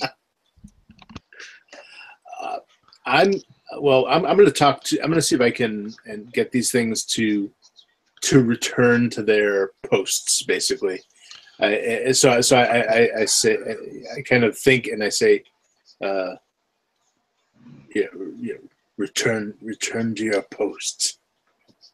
Okay, so they all just kind of. You hear that familiar scraping on stone you heard before, DBJ, and they all just kind of march back to their positions. Okay. I say, well, we may have made our camels obsolete, although I don't know what the towns in the far side of the desert would think if we marched into town with on the backs of these things. They might they might panic. I'm not so sure this is a good thing, because the only thing I'm thinking is that either we're going to get stuck in here and Kalen's going to be in here for like eternity, or we're going to have to like chop off his finger or something. Yeah. But that's just like, I'm like, okay. All right. The thought occurred to me. All right then. So I turn away from Kalen and kind of look around the altar and see if there's no altar. It's just okay. Yeah, I'm gonna go scoop up one of Ku's torches that he threw, and I'm gonna start to just kind of go out to the perimeter, start walking around, basically looking for anything, other than the inside of the structure and these okay golems. So you find some inner stone wall, at least an inner stone wall that isn't the back wall. You also notice that there is a symbol engraved, etched, if you will, in the ring you're wearing, and it matches the crystal symbol that you saw on the sphere on top. Yeah. Okay. Give me 1 second. I'll call this. Where this picture go on me? I close that picture.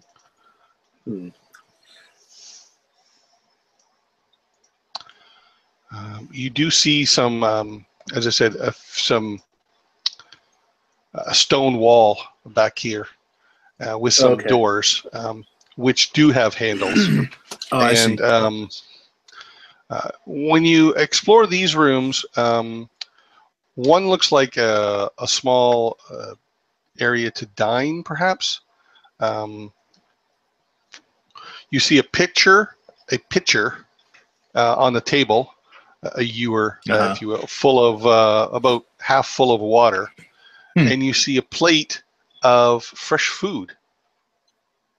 Wow, that's strange. The food is fresh and doesn't appear to have rotted or degraded.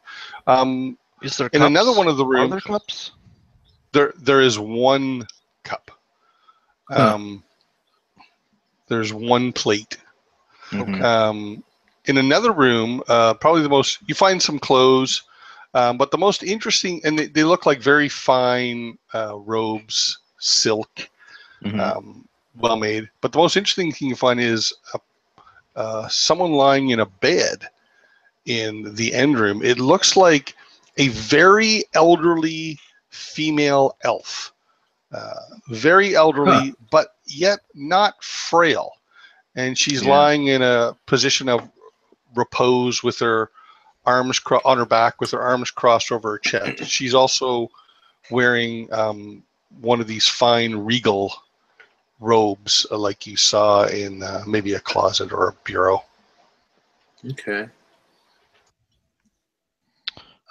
Pei is going to take that pitcher and pour it into the cup and then sniff the contents of the cup. You get no smell, and the pitcher refills. Pei is going to drink just a tiny amount of what's in the cup. It's flavorless. But it's Tasteless, water, right? odorless. But water. Seems to be, yep. Pei is going to excitedly show who... Is anyone else in the room? Yeah. I don't know. Rooms. Well, we're certainly nearby. I mean, Probably not Okay. in the room, but Well, the next thing Pei is going to do is what food is on the plate? Like anything she can grab a tiny piece of? Sure. Yeah. She's gonna grab Maybe like some beef, perhaps well-cooked beef. She's going to. Well, she's not going to eat beef.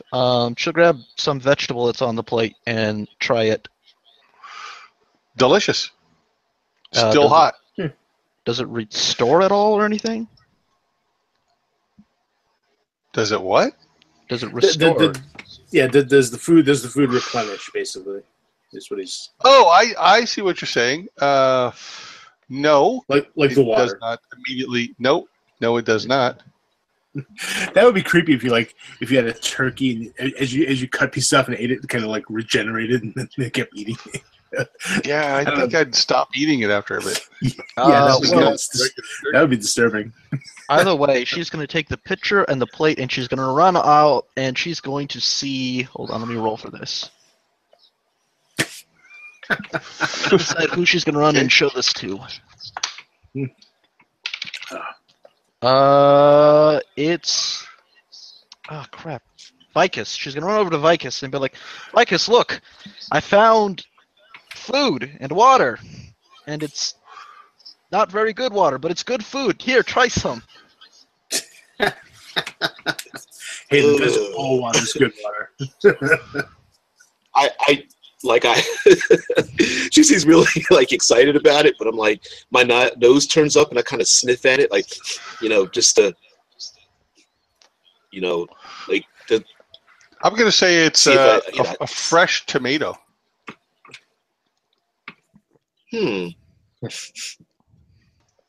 With a small bite taken out of it, thanks to Pei. Vicus, it's delicious. Just try some. Fine.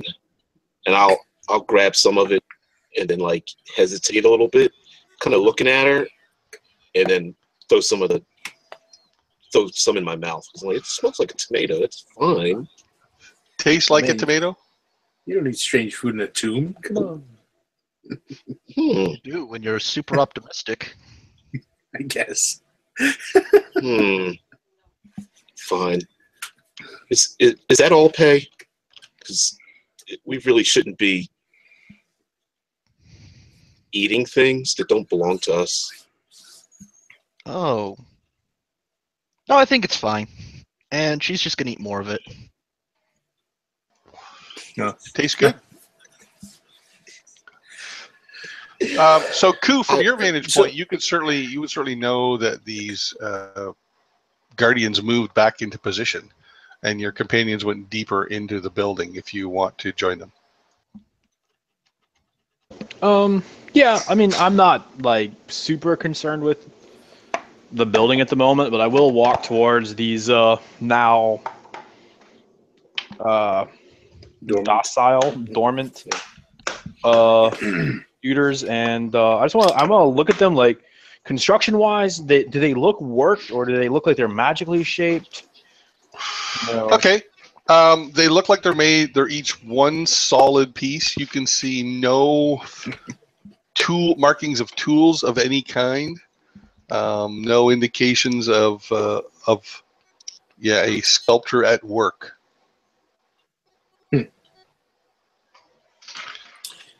Okay. Well, I kind of walk them in that creepy way that only a dwarf could walk and look at stone, you know. Almost like the way like a clothing designer might look at like a runway model when they're walking around, you know. And I'll move from one to the other. Are they identical? More or less. They, like, when you look at, say, gray stone, if you look at it kind of close up, it has like slight blemishes, slight discoloration. Okay, it's so not they a do perfect appear to be made monochrome from color. different pieces of stone, not that they're just like a facsimile of the same piece of stone over and over and over again. Well, I'll say 25% the former and 75% the latter. So they look more or less identical, but not utterly identical. They're all perfect, basically the same color. The material also looks like it's made out of the same stone that the floor and the door are made out of. Okay.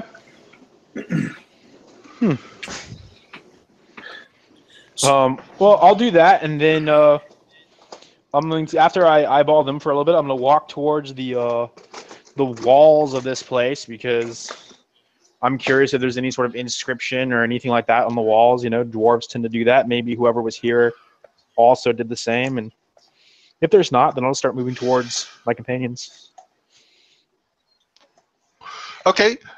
You don't see any symbology in the majority of the room, except in the back room where you join your companions, and you find Kaelin and perhaps the others looking over the figure of this very old female elf lying in bed, still.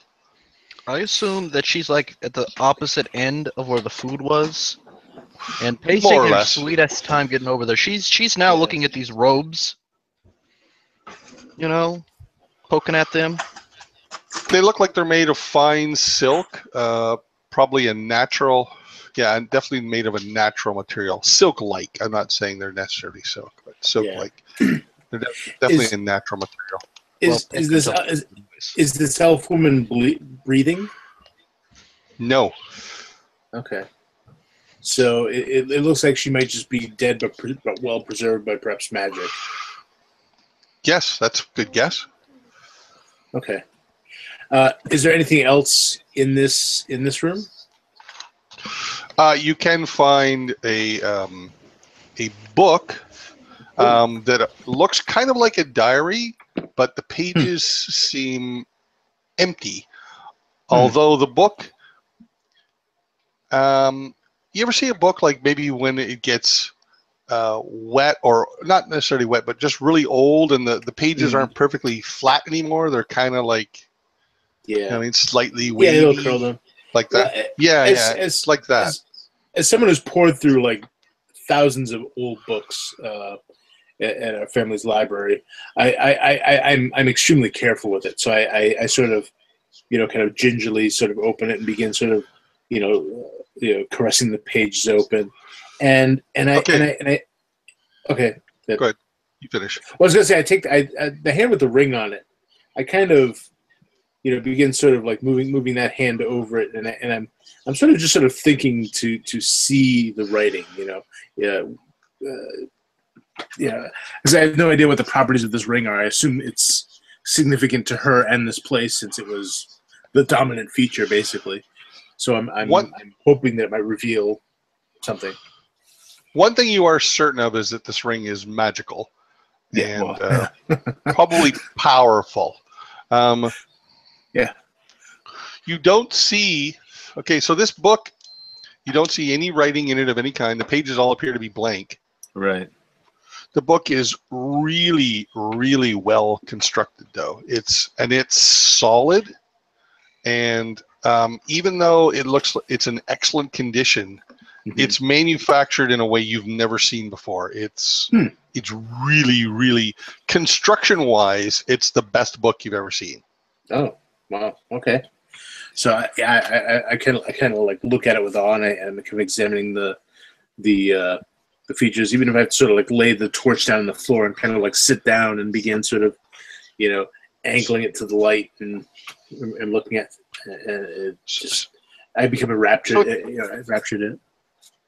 The pages kind of feel like a book that's been used or read, and yet the pages are blank. So I don't. Okay, I'm sorry. Well, all I was going to say is I can't see it, but I mean, you know how when you have a book that you've read many, many times, the top right hand of the facing page tends to have that slight bend to it, but that's where you're constantly reaching to turn the pages. Yeah. Does that book have that same sort of, like, I wouldn't see that, but it'd be something that Alex's character would pick up on. Yeah. I gotta really think about that. I'm gonna say sort of the top couple pages. Okay. In this room also would be like maybe a bureau. You can find a dagger and a rapier. Oh, okay. Some shoes. She is wearing shoes though in bed. She's fully dressed in bed. You find an inkwell and a quill. All right. I'm going to use the top of the dresser then to look at this book, and I'm. There's probably a couple lanterns as well. Some lanterns as well. Oh, excellent! I'll kind of shake them to see if there's any oil. If there is, I will light some of those and and put them around the room. Sure. I don't think we. Was there any lemon on that plate by any chance? I'm just curious because I know lemon juice can sometimes reveal hidden writing. Well, I'll tell you this to save you that trek. You run your fingers over the page, and you don't feel any indentations or anything. But this paper is well made. It's hard to say. Right. Well, yeah, but like invisible ink is like it reacts to the acid. Yeah. So. Yep. Okay. I think he was just simply implying that it wasn't. If there is ink on it, wasn't written with a quill. Because a quill would have left an indentation on the opposite side of the paper. Should have, yes. Does she? So looking at her and with my mother's background in Temple, is she's not preserved? She's more like magically, gently reposed, right? Or otherwise somehow, shall we say, in a unnatural stasis? Yeah. Okay. So yes, she probably looks like magically preserved, not chemically preserved. There's no signs of aging other than her natural aging. Yeah, clearly not mummified. So no overgrown fingernails or anything like that. Correct. That's correct. Okay. Pei is finally going to walk into the room, immediately see the woman, and assume that she's sleeping, and she's going to try and telepathically wake her up. Okay, so I'm calling it now. If Pei ever telepathically wakes me up, I'm stabbing her.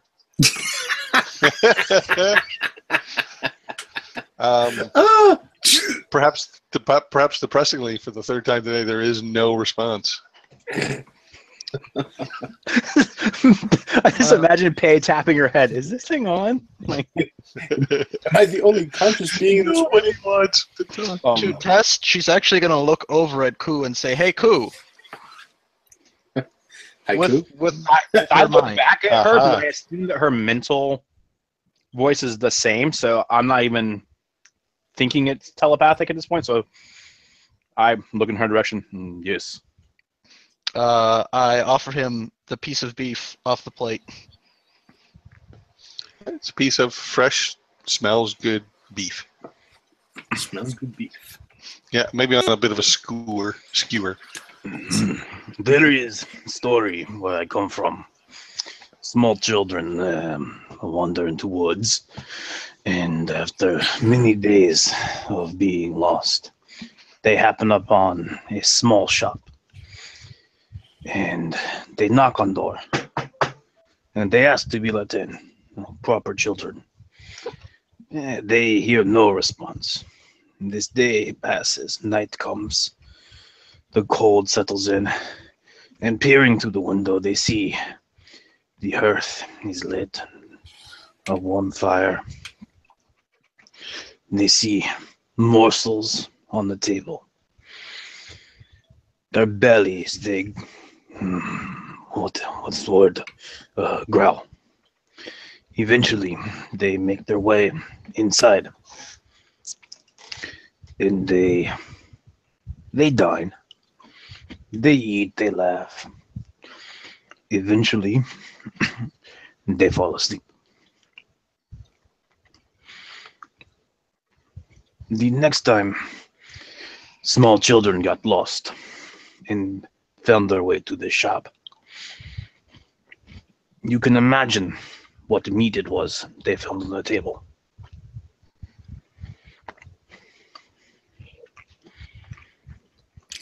Paige shakes her head. I have no idea what you're talking about. Cue horror music.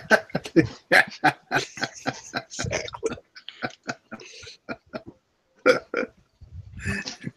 Paige does not follow your story.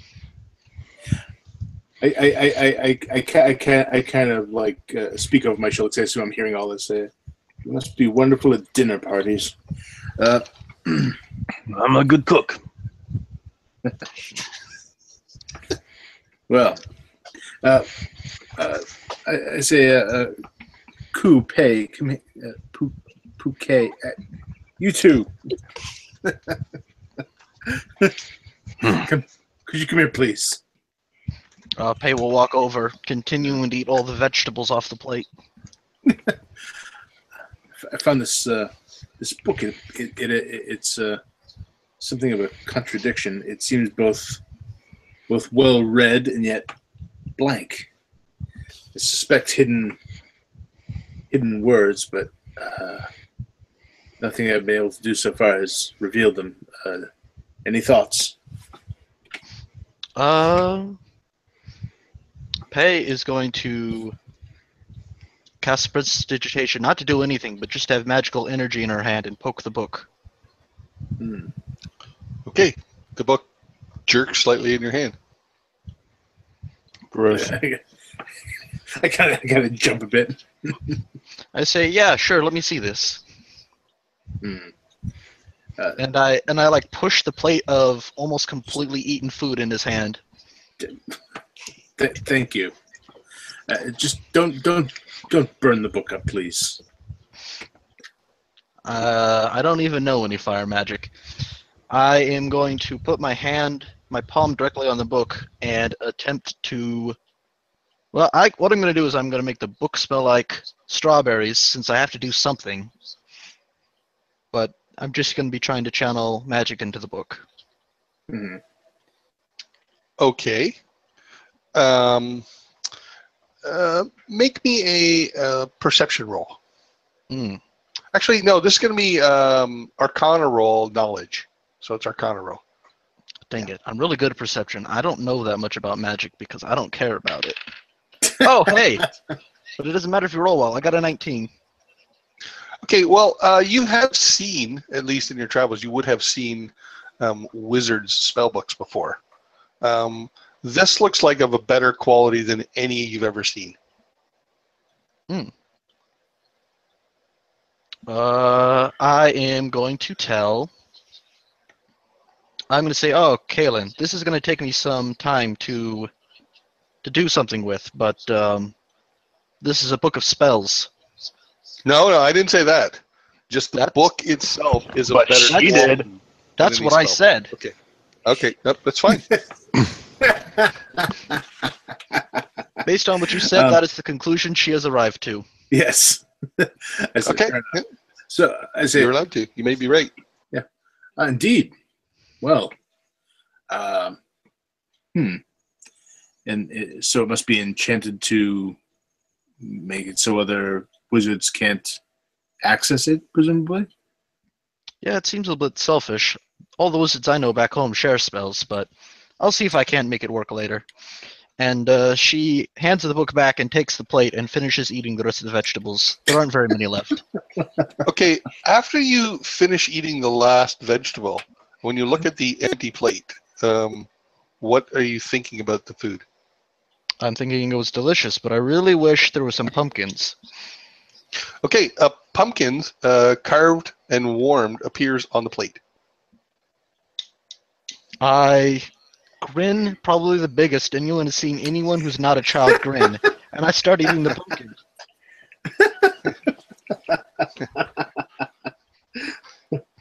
Nice. Well, sorry, Rob. I forget what time of day is it at this point? This would be afternoon, certainly. You marched for half a day to get to this place, and then you faffed around for a while. So it'd probably be close to supper time. As much as I hate to cut a day short of travel, I say it's might do us well to stay here. It seems we can eat and drink without depleting our own resources. We can even bring slightly the camels cooler inside. in here. Yeah, we can even. I mean, this place is large enough. We can bring the camels inside. Pei shakes her head and says, "No, the dwarf said something about not sleeping inside of other people's houses." What? I don't think anyone lives here. Pei looks at the elf and says, "I can't wake her up, but she still lives here." I think she dies here, or is dead here. Look, we're not going to stay in her room. She's sort of in between. In any case, I think I'm welcome now, and I kind of hold up my hand with the ring on it. When you look at your hand with the ring on it, you see that your skin seems to be slightly maybe drier, less smooth. Yeah. Is that something that's noticeable only to him, or does he hold it up and we can kind of see the same thing? I was going to have you guys notice it shortly thereafter anyway, so good enough. You got lanterns I'm trying going. to hold him down and cut it off. So, out of morbid paranoia. Before you finish your sentence, I just want to say that you notice this all over his skin, not just on his hand. Okay, so out of paranoia, looking at the old lady on the bed, she doesn't happen to look a little more revitalized at this point than she did, or like less elderly, or like her skin's a bit more supple than it was, or well, if she was wearing the ring at some point, you didn't see her wearing the ring, so you don't really have a basis of comparison.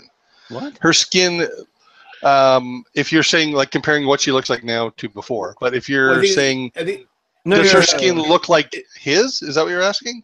No. Does she look like she has become younger? Has she become younger or more revitalized? Right. Does it look like the ring is transferring life energy from him to her? No. Okay. No. I was going to say, I don't think you should keep wearing that ring. I think it's going to turn you into one of those stone guys. Also, I don't like it in here. You'll get taller.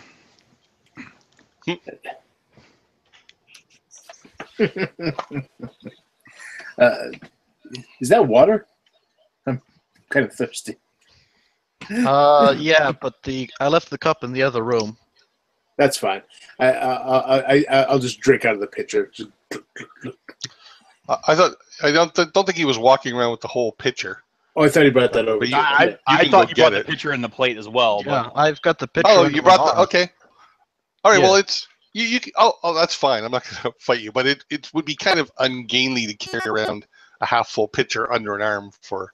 Oh, is it that big? Is it that big a picture? Well, like it's a pitcher. You know what I mean? Like okay. A half a gallon of water or something. Okay. All right. Well, in either case, I'll as soon as I get to the pitcher, I'm gonna just drink a bunch of it and kind of look at my skin again. So the water is slightly cool, and the pitcher refills to about the 3/4 point. Your skin hasn't changed from its recently changed state.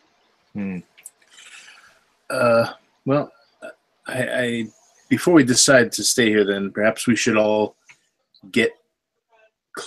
have all you get out before I take the ring off, or attempt to take the ring off, because I don't know how big this thing is going to get, number one, and number two, I don't know if these things are going to suddenly decide I'm not their friend anymore.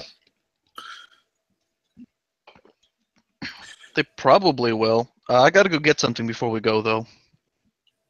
Okay. She finishes off the plate and specifically doesn't think about any other food. Okay. Does the plate not refill? That's correct. Then she's going to put the plate in her bag, and since the other guy's got the pitcher, she's got her hands free, and she's going to go steal that shirt she found. Yeah, there's several. In fact, Several. And they, yeah, there's several. They look similar to what she's wearing, but not identical. In this room, as I said, there's a dagger, a rapier, a set of boots, an ink quill, and an ink well as well. A couple lanterns. So while she's collecting all that stuff, I'm going to tuck that book under my arm. Okay. Because it belongs in a museum, and I'll make sure everything else is sort of in place. I'm not going to take the rapier or the dagger, and You can take the quill or inkwell. It is tempting. I do like like me some ink and pen. Pei does not understand why we wouldn't take it, because she's got no concept of burial rights. She figures that this was this lady's home, and then she died, and now all this stuff is going to go to waste if we don't take it. Well, also, if you're buried at sea, it's a different kind of burial rights then. That's true. So Pei's going to say, well, I mean, why would we leave any of this stuff? Take the dagger, take the rapier. Yeah. This lady's not going to use them. I do take the ink and quill because I think it might be related to the book. Okay. That there might be a set of some sort. Maybe the pen and ink are required for the book somehow. So okay. I'll pick those up as well, and go out into the main room. And yep. Before you take the ink away or anything, I'm gonna look at it. Does it look like ink that wizards usually use to make spells? Because they have to use magical ink. I don't know that you're an expert on inks, having not have a spell book yourself. It looks like ink. I'm gonna tell you I'm an expert in ink because I'm a cartographer. Well, I don't know point. that you're an expert in inks necessarily. It looks like good ink. Yeah. Well, I'm going to go ahead and conclude anyways that it's magical ink for writing spells. It could be. And Pei will say as much. That's magical ink to write magic spells, and also that quill's just perfectly mundane because you don't need magic quills to make spells. Well, we'll just keep it anyway. But we should, as I said before I take this ring off, we should get outside soon. I don't like how this looks. It is about 10 degrees cooler in here than outside. Okay, well that's something at least.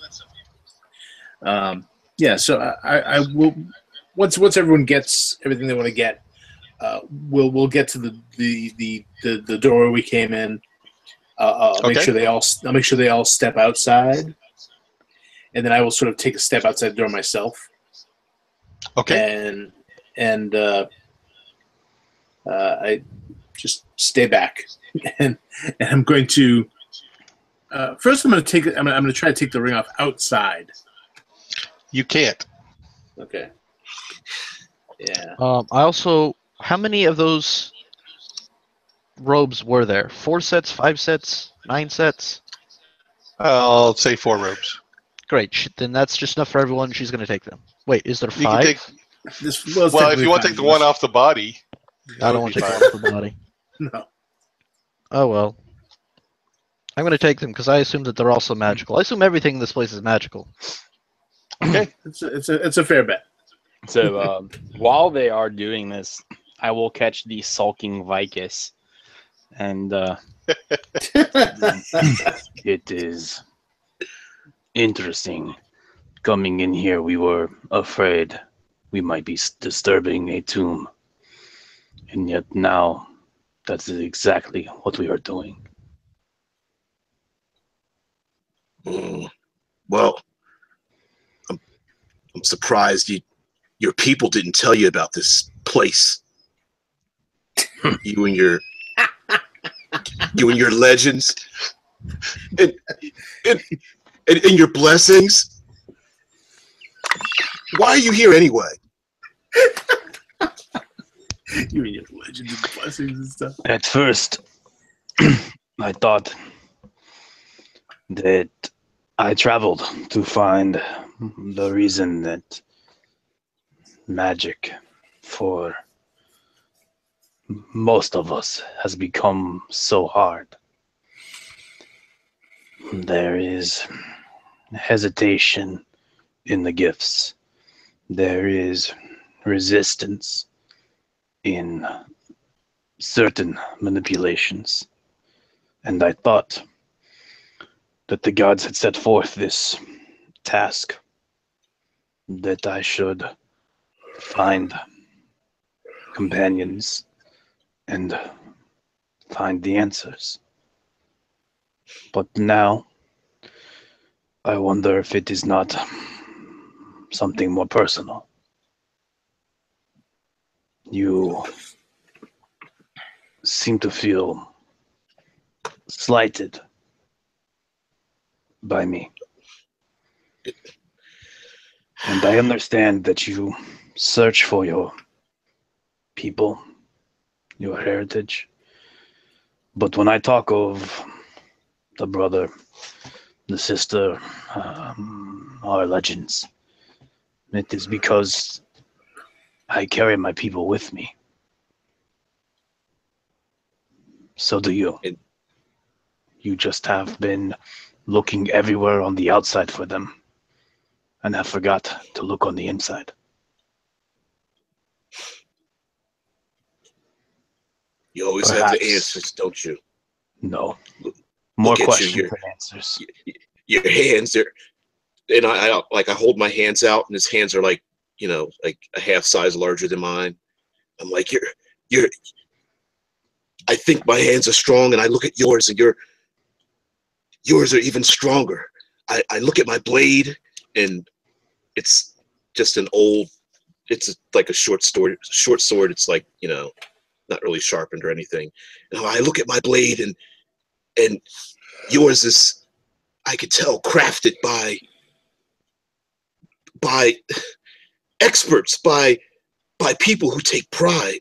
And when you walk as if you have your people behind you. You've been raised by them. You have a legacy. And it just, I don't understand. Why would the gods even give me a hint of what is out there, only to throw it in my face with your presence? So I take my sword and I throw it on the ground, and then very rapidly strike his from his hand. I kind of just, They both clang on the stone. Both of them started as chunk of rocks before they were beaten and forged into what they are. Both of us are the same way. I was beaten and forged by my people. You are beaten and forged by the world. I am but one note you sing with a chorus of peoples. I know a volcano. You know much of the land. The difference in the way we walk is I walk with purpose. You walk with question. Both swords are capable of killing. It's not the weapon, it's how you wield it.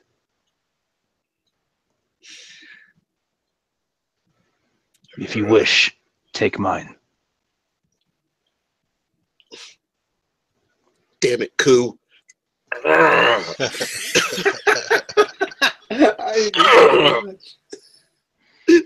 want to hate you so much, but I can't.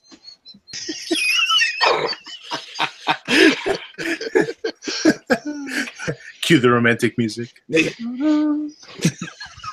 I mean, I say that, but not jokingly. But I do say that, like, if maybe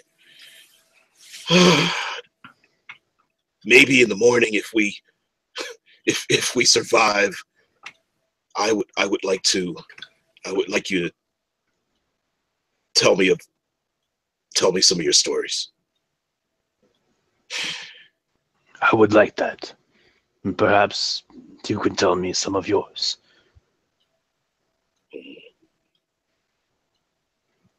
You might want to think about getting dirty or something too. That's annoying as well.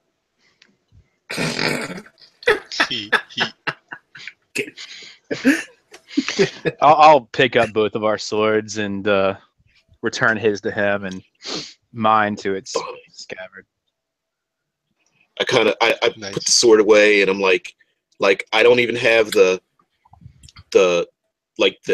really the anger in me to be mad at him, but like that's making me mad and frustrated. It's like, oh, did the right thing, you stupid. Oh. So like, okay. Stupid. Fine. Oh, I feel so stupid.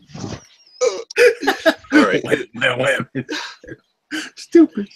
Yeah, I just a little jealous, that's all. And the heat's getting to me. You guys are all perfect. So I sulk away a little bit, knowing that I'm gonna have to make it up to him because he's still cool, I guess. So I let him go away, and as the camera closes on that scene, you hear Ku go, Children.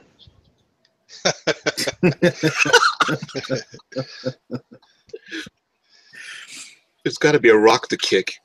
one of the really tiny ones. chunks off of the guys that when they broke each other earlier. He just kicks one of the golden pieces across the floor. Skitter.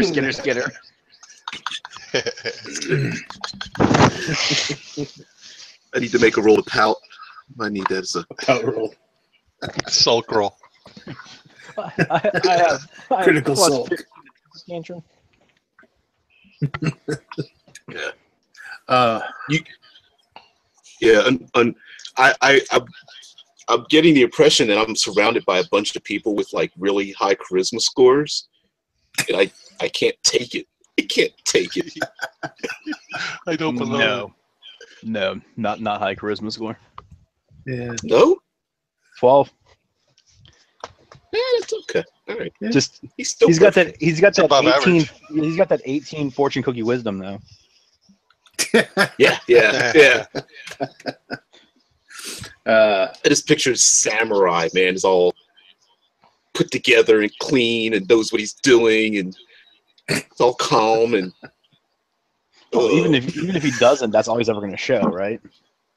Right. right. I mean, it's face. It's what, gotta have face. But if you don't come from that, man, it's annoying as hell. Like, what the? Well, yeah, of course. All right. Well, before we resort to dismemberment, I'm going to once they're all outside the room, this structure, I'm gonna go back into the middle where I got the ring, and I'm going to Yes. try and remove it there. Okay. To see if it'll go back to where it was. So I have good news and bad news. Fair enough. Your skin still has this slightly tougher feel to it, Sure. and maybe even a very faint tinge of gray. Mm-hmm. Your AC, natural AC, is improved by 1. Sweet. Your maximum speed is reduced by 5 feet, Okay. and the ring still doesn't come off. All right. So dismemberment now? It seems the only option. Okay. All right. So I will go out with them. Go out to the edge, and say, well,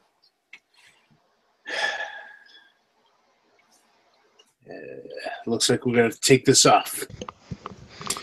I turn to Ku. I say, I'm probably going to pass out when this happens. I don't. While I try to be strong, I'm not under any illusions of any excessive strength like that. And if possible, if you could reattach my finger once the ring is removed, I would appreciate it. If not, at least stop me bleeding to death. That too would be appreciated. If this ring can only be removed by removing fingers, oof. Yeah. I know you have tried to remove it, but have we exhausted other options? If you have any other options, I would be pleased to hear them. At this point, and I kind of show him my skin. I say, this is happening rather quickly, and I don't feel as if I have a great deal of time. So I'll volunteer to hold you down. If you Pei need it. is going to walk over and say, well, hold on. Why don't we wait a little bit longer and see if it gets worse? Maybe this is all that happens. I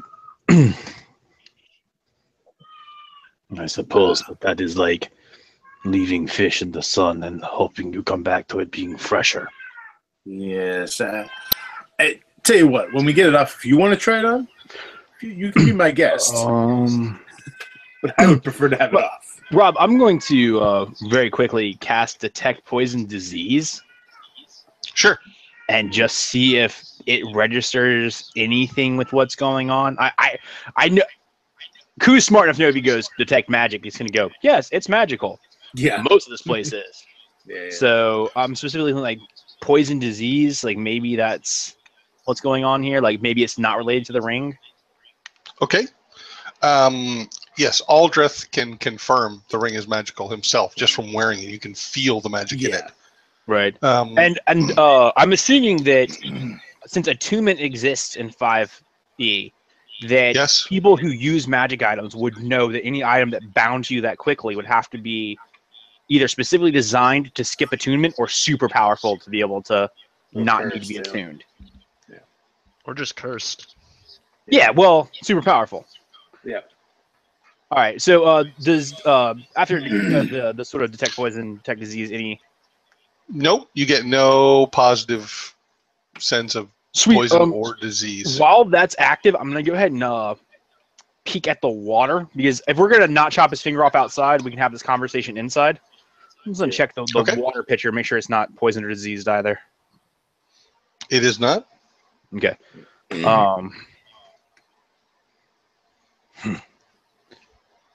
Perhaps it will take a substitute rather than you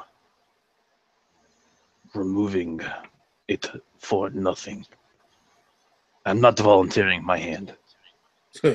But what do you mean? Yeah. It doesn't want to come off because it has you. Could we offer it someone else? And I look towards the bedroom with the dead person in it. Oh, you mean give the ring to her? Yes. Well, that makes some suppositions about the intelligence of this ring, but I suppose it's worth a try. I'd honestly rather not lose my finger. Yes, I'm not So sure I can reattach it. the rest of you, though, you should stay near the entrance. If this goes horribly wrong, there's no reason that you should all die with us. Let's go, Koo. All right, so I'll go with them to the dead lady. Yeah, so we'll Okay, make our way back there. I'm going to say that because you're specifically looking for this, you can see that there's a slight demarcation on her finger where she may have been wearing a ring up until not too long ago. By the way, on the way back through, I kind of tell all these golems. I tell them, or I think to them, go out to the farthest wall you can reach, to either side, and lay down flat against the wall. Okay. And when I take this ring, comply. count to 10,000 before you attack anything. Yeah. Well, I'm not going to assume that they'll follow any orders I give once Sure. control them. But this will delay them at least a little bit. It'll buy us a little more time. Okay. And so I kind of imagine them like laying sort of on top of each other, just kind of like piled in corners. And you try taking it off in the exact same place you got it, right? I did, yeah. I did, and then nothing. Okay. So all right, yeah. So we'll go back to the creepy dead woman, who is about to turn into a lich, I assume. Subjective. And that's assumption I will not confirm nor deny. Oh, I just had another idea. I'm going to try and telepathically talk to the ring, too. I'm sure it'll work this time. Sadly,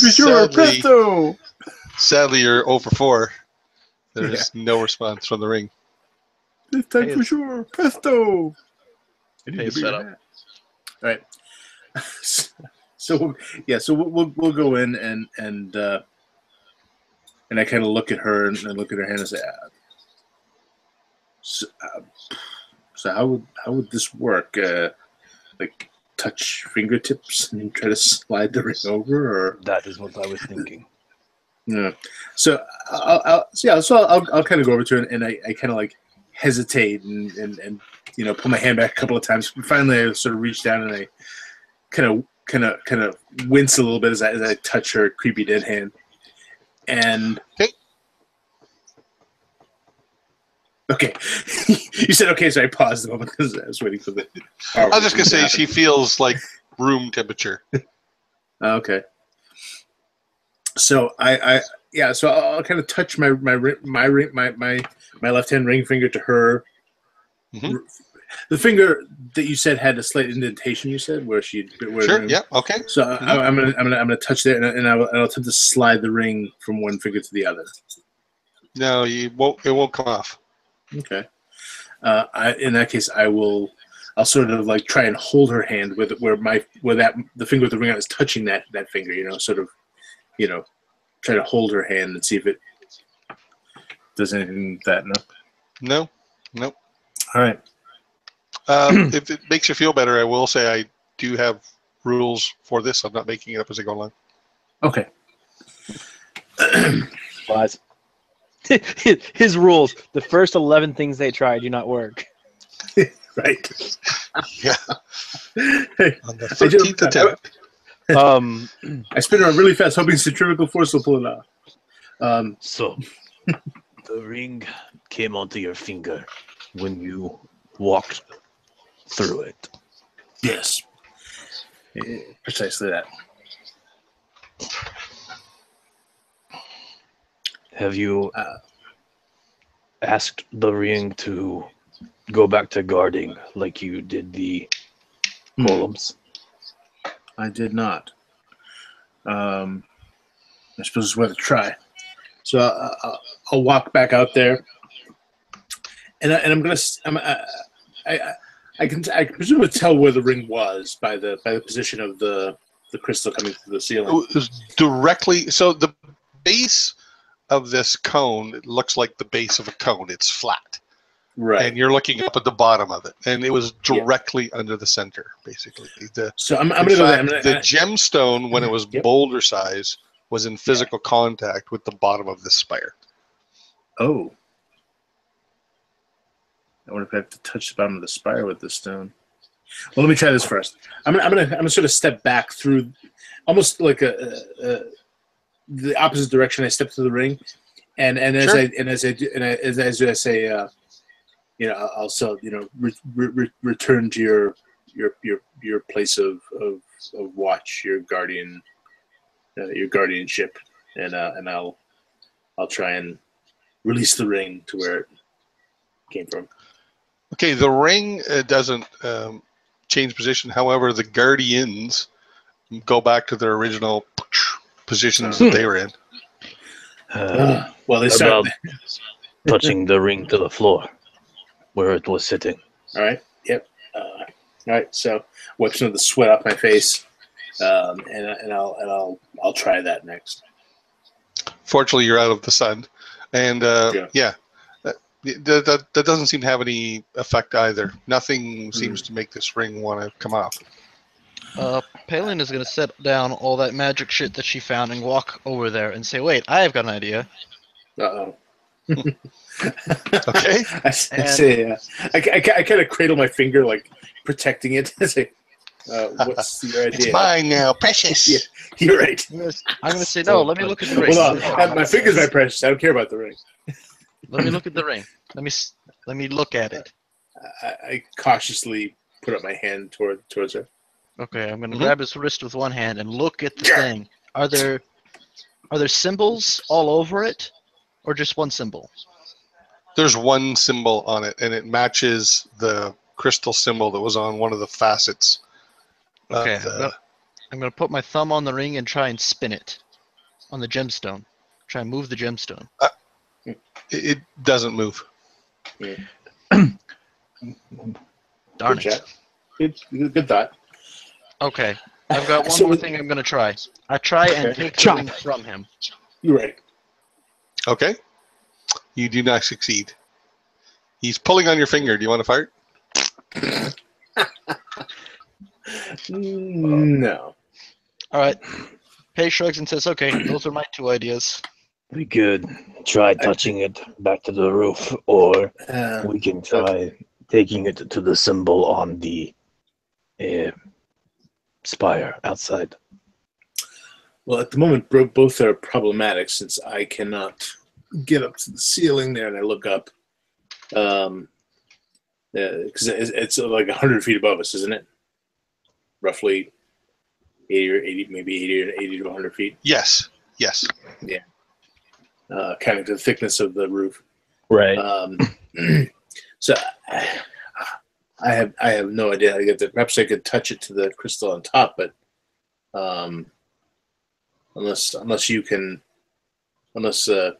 carry me up there, which actually can you do that? Can you do that spell on another person? Yeah, but it's a little bit different, and you might not like it. Whoa. Which What do you mean? which symbol's on it, Rob? It's a symbol of looks like a crystal. You know what I mean? Like a crystal shape. Gotcha. Like a quartz crystal. Yeah. I say, I'm familiar with magic, but it to me works differently for me than for you. I mean, when I cast the spell on you, it's different than when I cast it on me. It'll have the same Okay. effect, but it's not the same. You're being more cryptic than Ku, and that bothers me.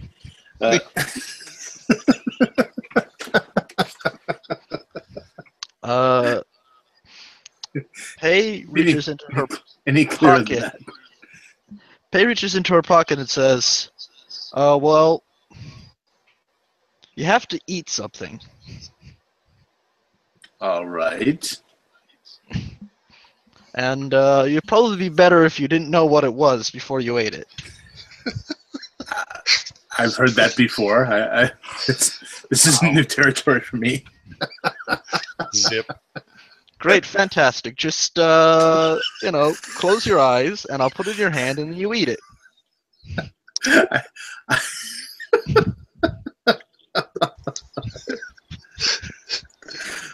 I take a moment to sort of review the choices I've made in my life recently, and I take it in my hand. All right. And without thinking, I just kind of like put my hands in my mouth and start like, kind of chewing it and It's swallowing crispy. it. Okay. Yeah, I crunch, and then swallow. Okay. Yeah, it was a deep fried spider. Oh, I've had that before. Well, it's magically infused deep fried spider, and the palms of your hands grow tiny hairs. Oh, okay. Ooh. All right, so I will. I'm going to go, head over to one of the walls and begin to climb up to the ceiling. Yep. You succeed. I'm probably going to fall again.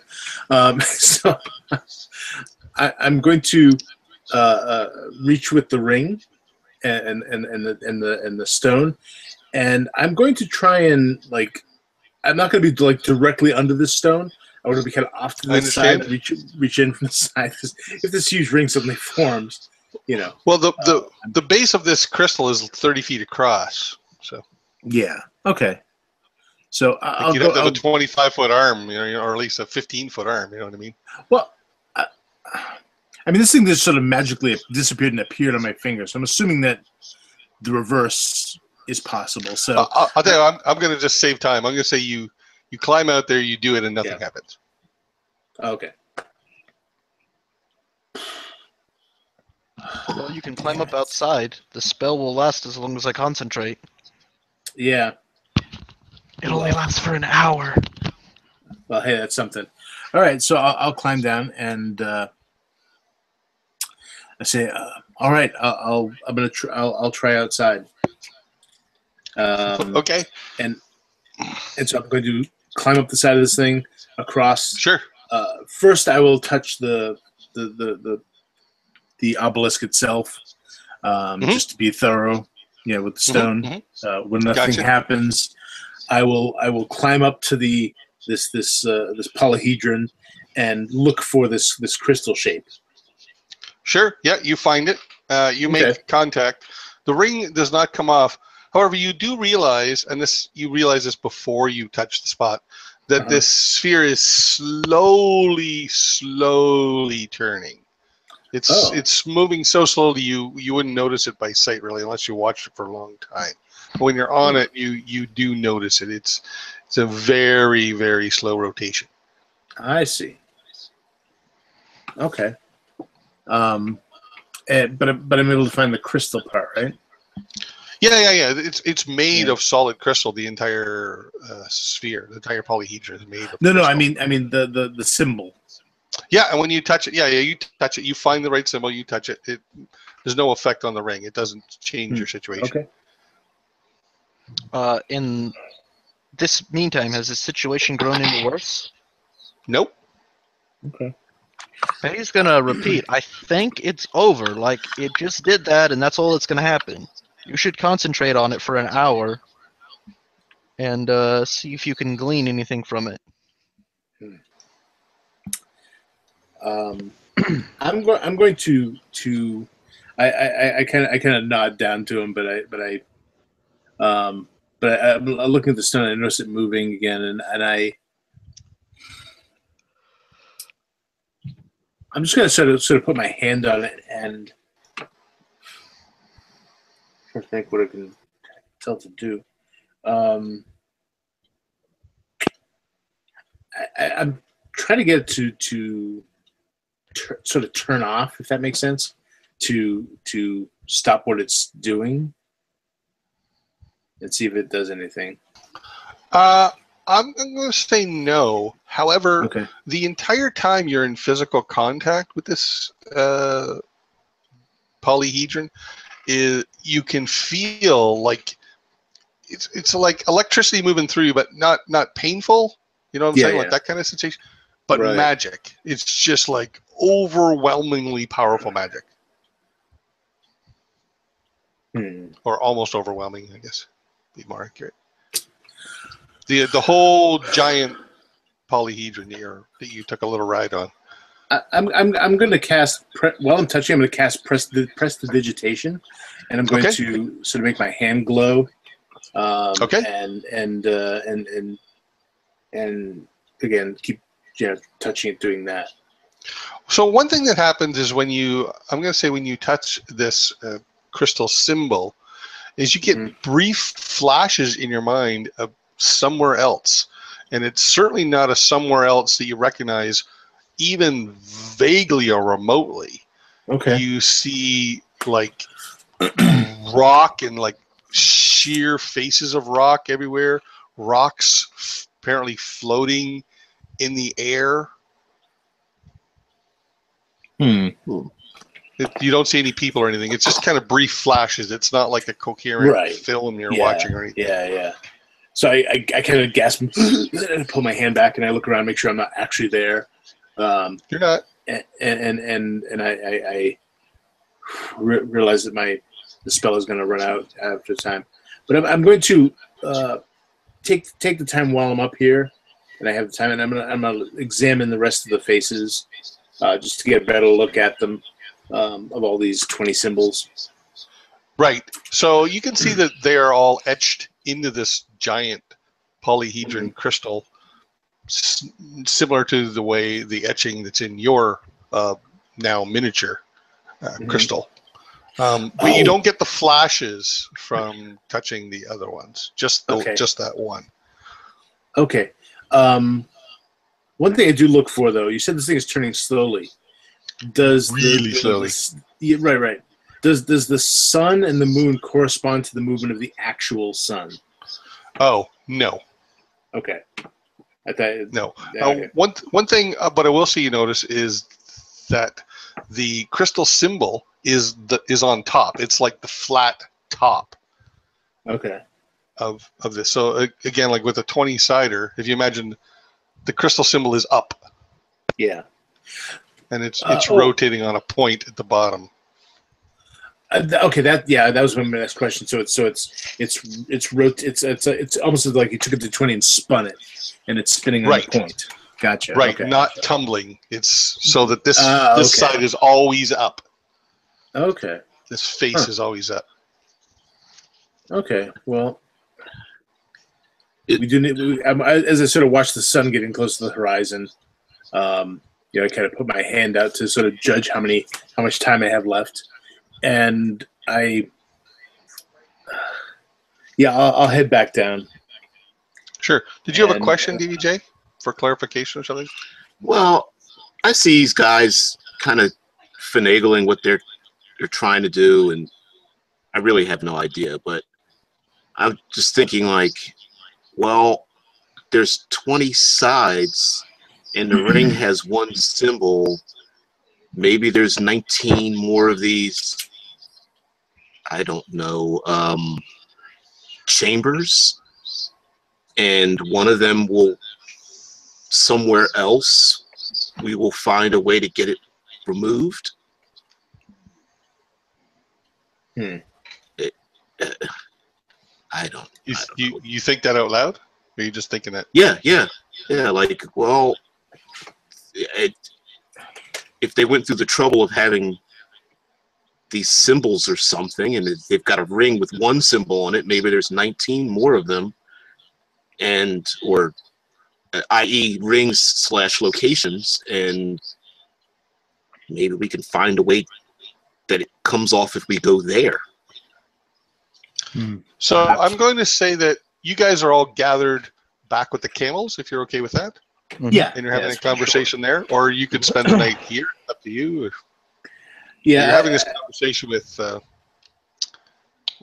like among the camel. You're back sort of with your stuff. Yeah.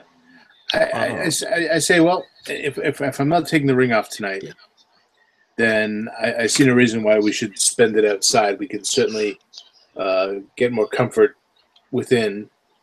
We bring the camels in. We use the pitcher and magic tray to sort of supplement our food for the evening. Maybe get some rest and see it fresh in the morning. I don't want to sleep inside that place. It's scary and I don't like it. Well, that's fine. But we can camp down near it at least. Sure, as long as we don't sleep inside of it. As you wish. So we'll bring the camels over these hills and down into the little sort of bowl that's been created. Okay. The door is closed at the moment. Okay. The door you entered is closed. That's fine. Back in place. You said there are other stone spires around here, right? How many of them are there? No, I didn't. Yeah, when we were walking over here in the last video, there was other stone spires, but they were clean. Nope.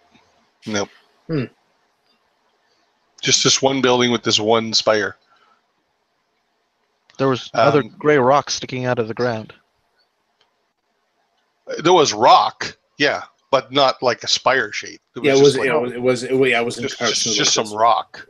Yeah. Oh, but it doesn't look like it's meaningful in any way? No. And this structure, keep in mind, it appears to be made out of one giant piece of crystal. Yeah. Kind of green crystal. You see no seams on it any kind. But how many of the other rocks are there? Oh, there's just some rocks near it. Like large, really large rocks, like 500, 200 feet square in diameter kind of thing, rocks. Yeah. They appear to be natural rocks, and they weren't buried in sand like this thing was. Ku cast magic upon it, and then all the sand dissipated, revealing it. It wasn't standing out. The other rocks are somewhat bare from the wind, where this just looked like a hill till it was uncovered. So you guys want to make camp inside, or 3 inside and 1 out, or no? Everybody's outside, or whatever you want. No, we'll do it outside. But we'll do it near the door. Kind of out in front of that. Okay. You said the ground was bare out there, pretty much anyway. Well, it's sand, but yeah. Yeah. Well, I mean, you said it was pushed away, so it's not like. Yeah. That's correct. Yeah, there's about a 50-foot, roughly. It'll start sloping up, Yep. Yeah. So we'll bring the camels all down there, and okay. And we'll set up camp and kind of get ready. I say, do you want me to bring any of those stone things out to guard us for the night?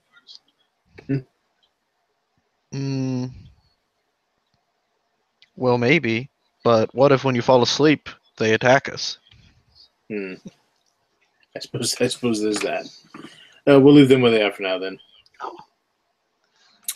Well, yeah. I'll keep watch. I'll wake you guys if something happens. I don't mind doing that. All right. Frankly, I don't really feel like sleeping. I know what you mean. We're getting to bed early anyway, so let's take advantage of it. Though, we can partake certainly of that magic tray that Pei found. Or tried to anyway. How do you try to? Because the tray is empty at the moment. Yeah. I say, how does the how does the magic work? Let's see. You've had it for an hour. You're the expert. Yeah. Hey, Pei thinks about the sweet bread pastries that her mother used to make. Nothing happens.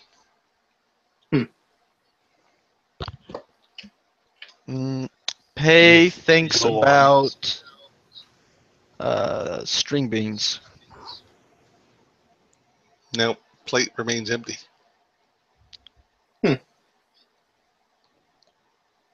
Is it broken?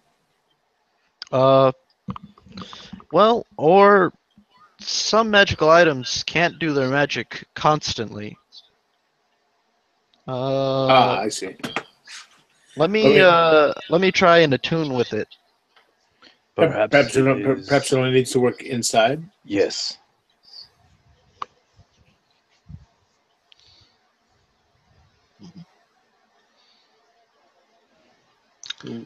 Let's give it a try. So, Do you have this picture with you as well? Yes. Okay, you can have it with you, but it doesn't have a cover. Like, it doesn't have a top. So, like, how are you gonna? You can't just like put it in a knapsack. It's gonna spill. Do you know what I'm saying? I mean, if you put it in a backpack face up, it's not going to spill probably. Oh, it'll slosh around and splash out of Count it. on that probably as you march across the desert. Yeah. I'm picturing a picture, like a restaurant picture of water. Yeah, The top exactly. On it. Yep. It's just, yeah. It's, I take it that if we drink from that pitcher, it doesn't refill either. Correct. right. Well, I'll say let me see the tray for a moment, and I'll take it, and I'll go over to the door, use prestidigitation to again just cause my hand to glow as I touch the door, see if it opens. Which hand do you touch the door with? The ring hand. Okay, so it works as soon as you Okay. make contact. All right. Slides into the ground. Okay. And so I'll step inside. I'm going to follow you. Out of paranoia. All right. It's And- about 10 degrees cooler inside. And I say, so pay. How does it work? Pay says, well, I'm not sure exactly, but last time I started thinking about delicious pumpkins and they showed up. All right. So I kind of think a moment of this beautiful spiced roast that I remember having in the tavern before we set out, and I kind of hold the platter with both hands, and I think about that. Okay, it appears on the plate, hot and steaming. Haha. Hmm. Nice. May I see the tray? Well, So I- this should give us motivation to find the next temple, if there is one. So I very unceremoniously dump the meat onto the floor, and while I holding was going to eat that. I look offended, like he just like I called my kid ugly or something. I think about having the ring on the tray. Good try, but no. Yeah, Good try, though. Hey, nice cheat. Okay, Pay's gonna walk in and take the platter and think about that sweet bread again. So you just like, I picture from my Coot hands. just takes it out of his hand and you just give it and give me that. Well, no, I asked him for it. I just dumped his meat in the floor. Meanwhile, I'm taking my dagger and I like stick it in the meat and I pick it up off the floor. Right. I like kind of Right. brush out some of the 5 second dirt rule. off. Right. Yeah, I look at it. It's 5th century rule. It's okay. Well, actually, I'm gonna use prestidigitation to kind of like sweep some of the bigger Sure. chunks off. Anyways, she's gonna ask for it and then take it without him, whether or not he tries to let go. Okay, so this food you're thinking of is what? It's sweet bread. This is sweet bread you had as a kid, kind of thing, right? It's like Yeah. a memory. Okay, so poof, this Do you like this brain, food do you appears. like brains or actually sweet bread? Is there a hyphen there? It's bread with sugar. So in it. a fresh loaf Gotcha. of sweet bread appears on the plate. Well, I think sweet bread also refers to brains, like eating brains. But anyway, Only in the Lich community, Alex. The richest. oh sorry, my bad. Well, regardless, I'm gonna eat it. Okay, it's delicious. Just like Yeah. it used to taste at home. All right, so I'm gonna hunker down on the floor just inside the doorway, and we'll feast just inside. Wish for a chair. Huh? Yeah, right. Wish for a chair. I don't think it works quite that well. Does it? No, but there is a table and one chair further in if you want. Nah, that's all right. Okay, so you guys sit down and yeah, you have a cross-legged on the repast. floor. Pardon me. Yeah. I'll say one thing that you figure out is that only things that you can remember eating before will appear on the plate for you. Something you've Gotcha, never yeah. eaten before won't appear on the plate for you. That kind of makes sense. Yeah. So, Yeah. So do we actually we'll feel satiated after eating and drinking this? Yes, nice. yes. So we'll still save some food at least and some water because I assume I assume the pitcher still also works just inside. Yes, It's yes. inside. Okay. Correct. All right. Cool. Well, we can fill up all of our water skins.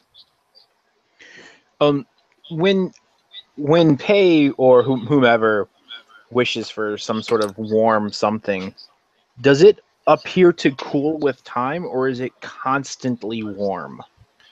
No, it follows the normal laws of physics that food would. It will cool and eventually Okay. rot if you don't. Great.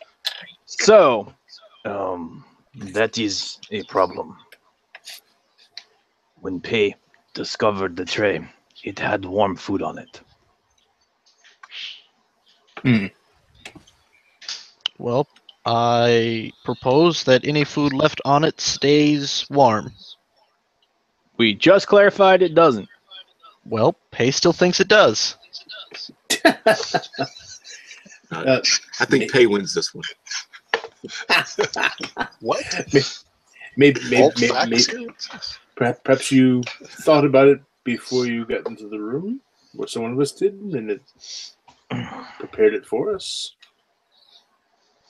I mean, otherwise you're suggesting that someone else, you're suggesting that someone else perhaps was here? Or still is. And I look back towards the dead lady's room. I was going to say all of a sudden it'll turn slowly to look into the darkness. Maybe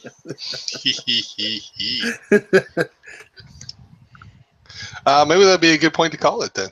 Yeah, Okay. that's You guys look. Is there someone still here? all to look eerily into the darkness, right? Yeah. All right. So thanks for watching, everyone. I had a whole bunch of stuff planned past that place, but they never got any friends. So that's cool. Lots for next week. I hope you guys enjoyed it. I did, and we'll do it again in 2 weeks.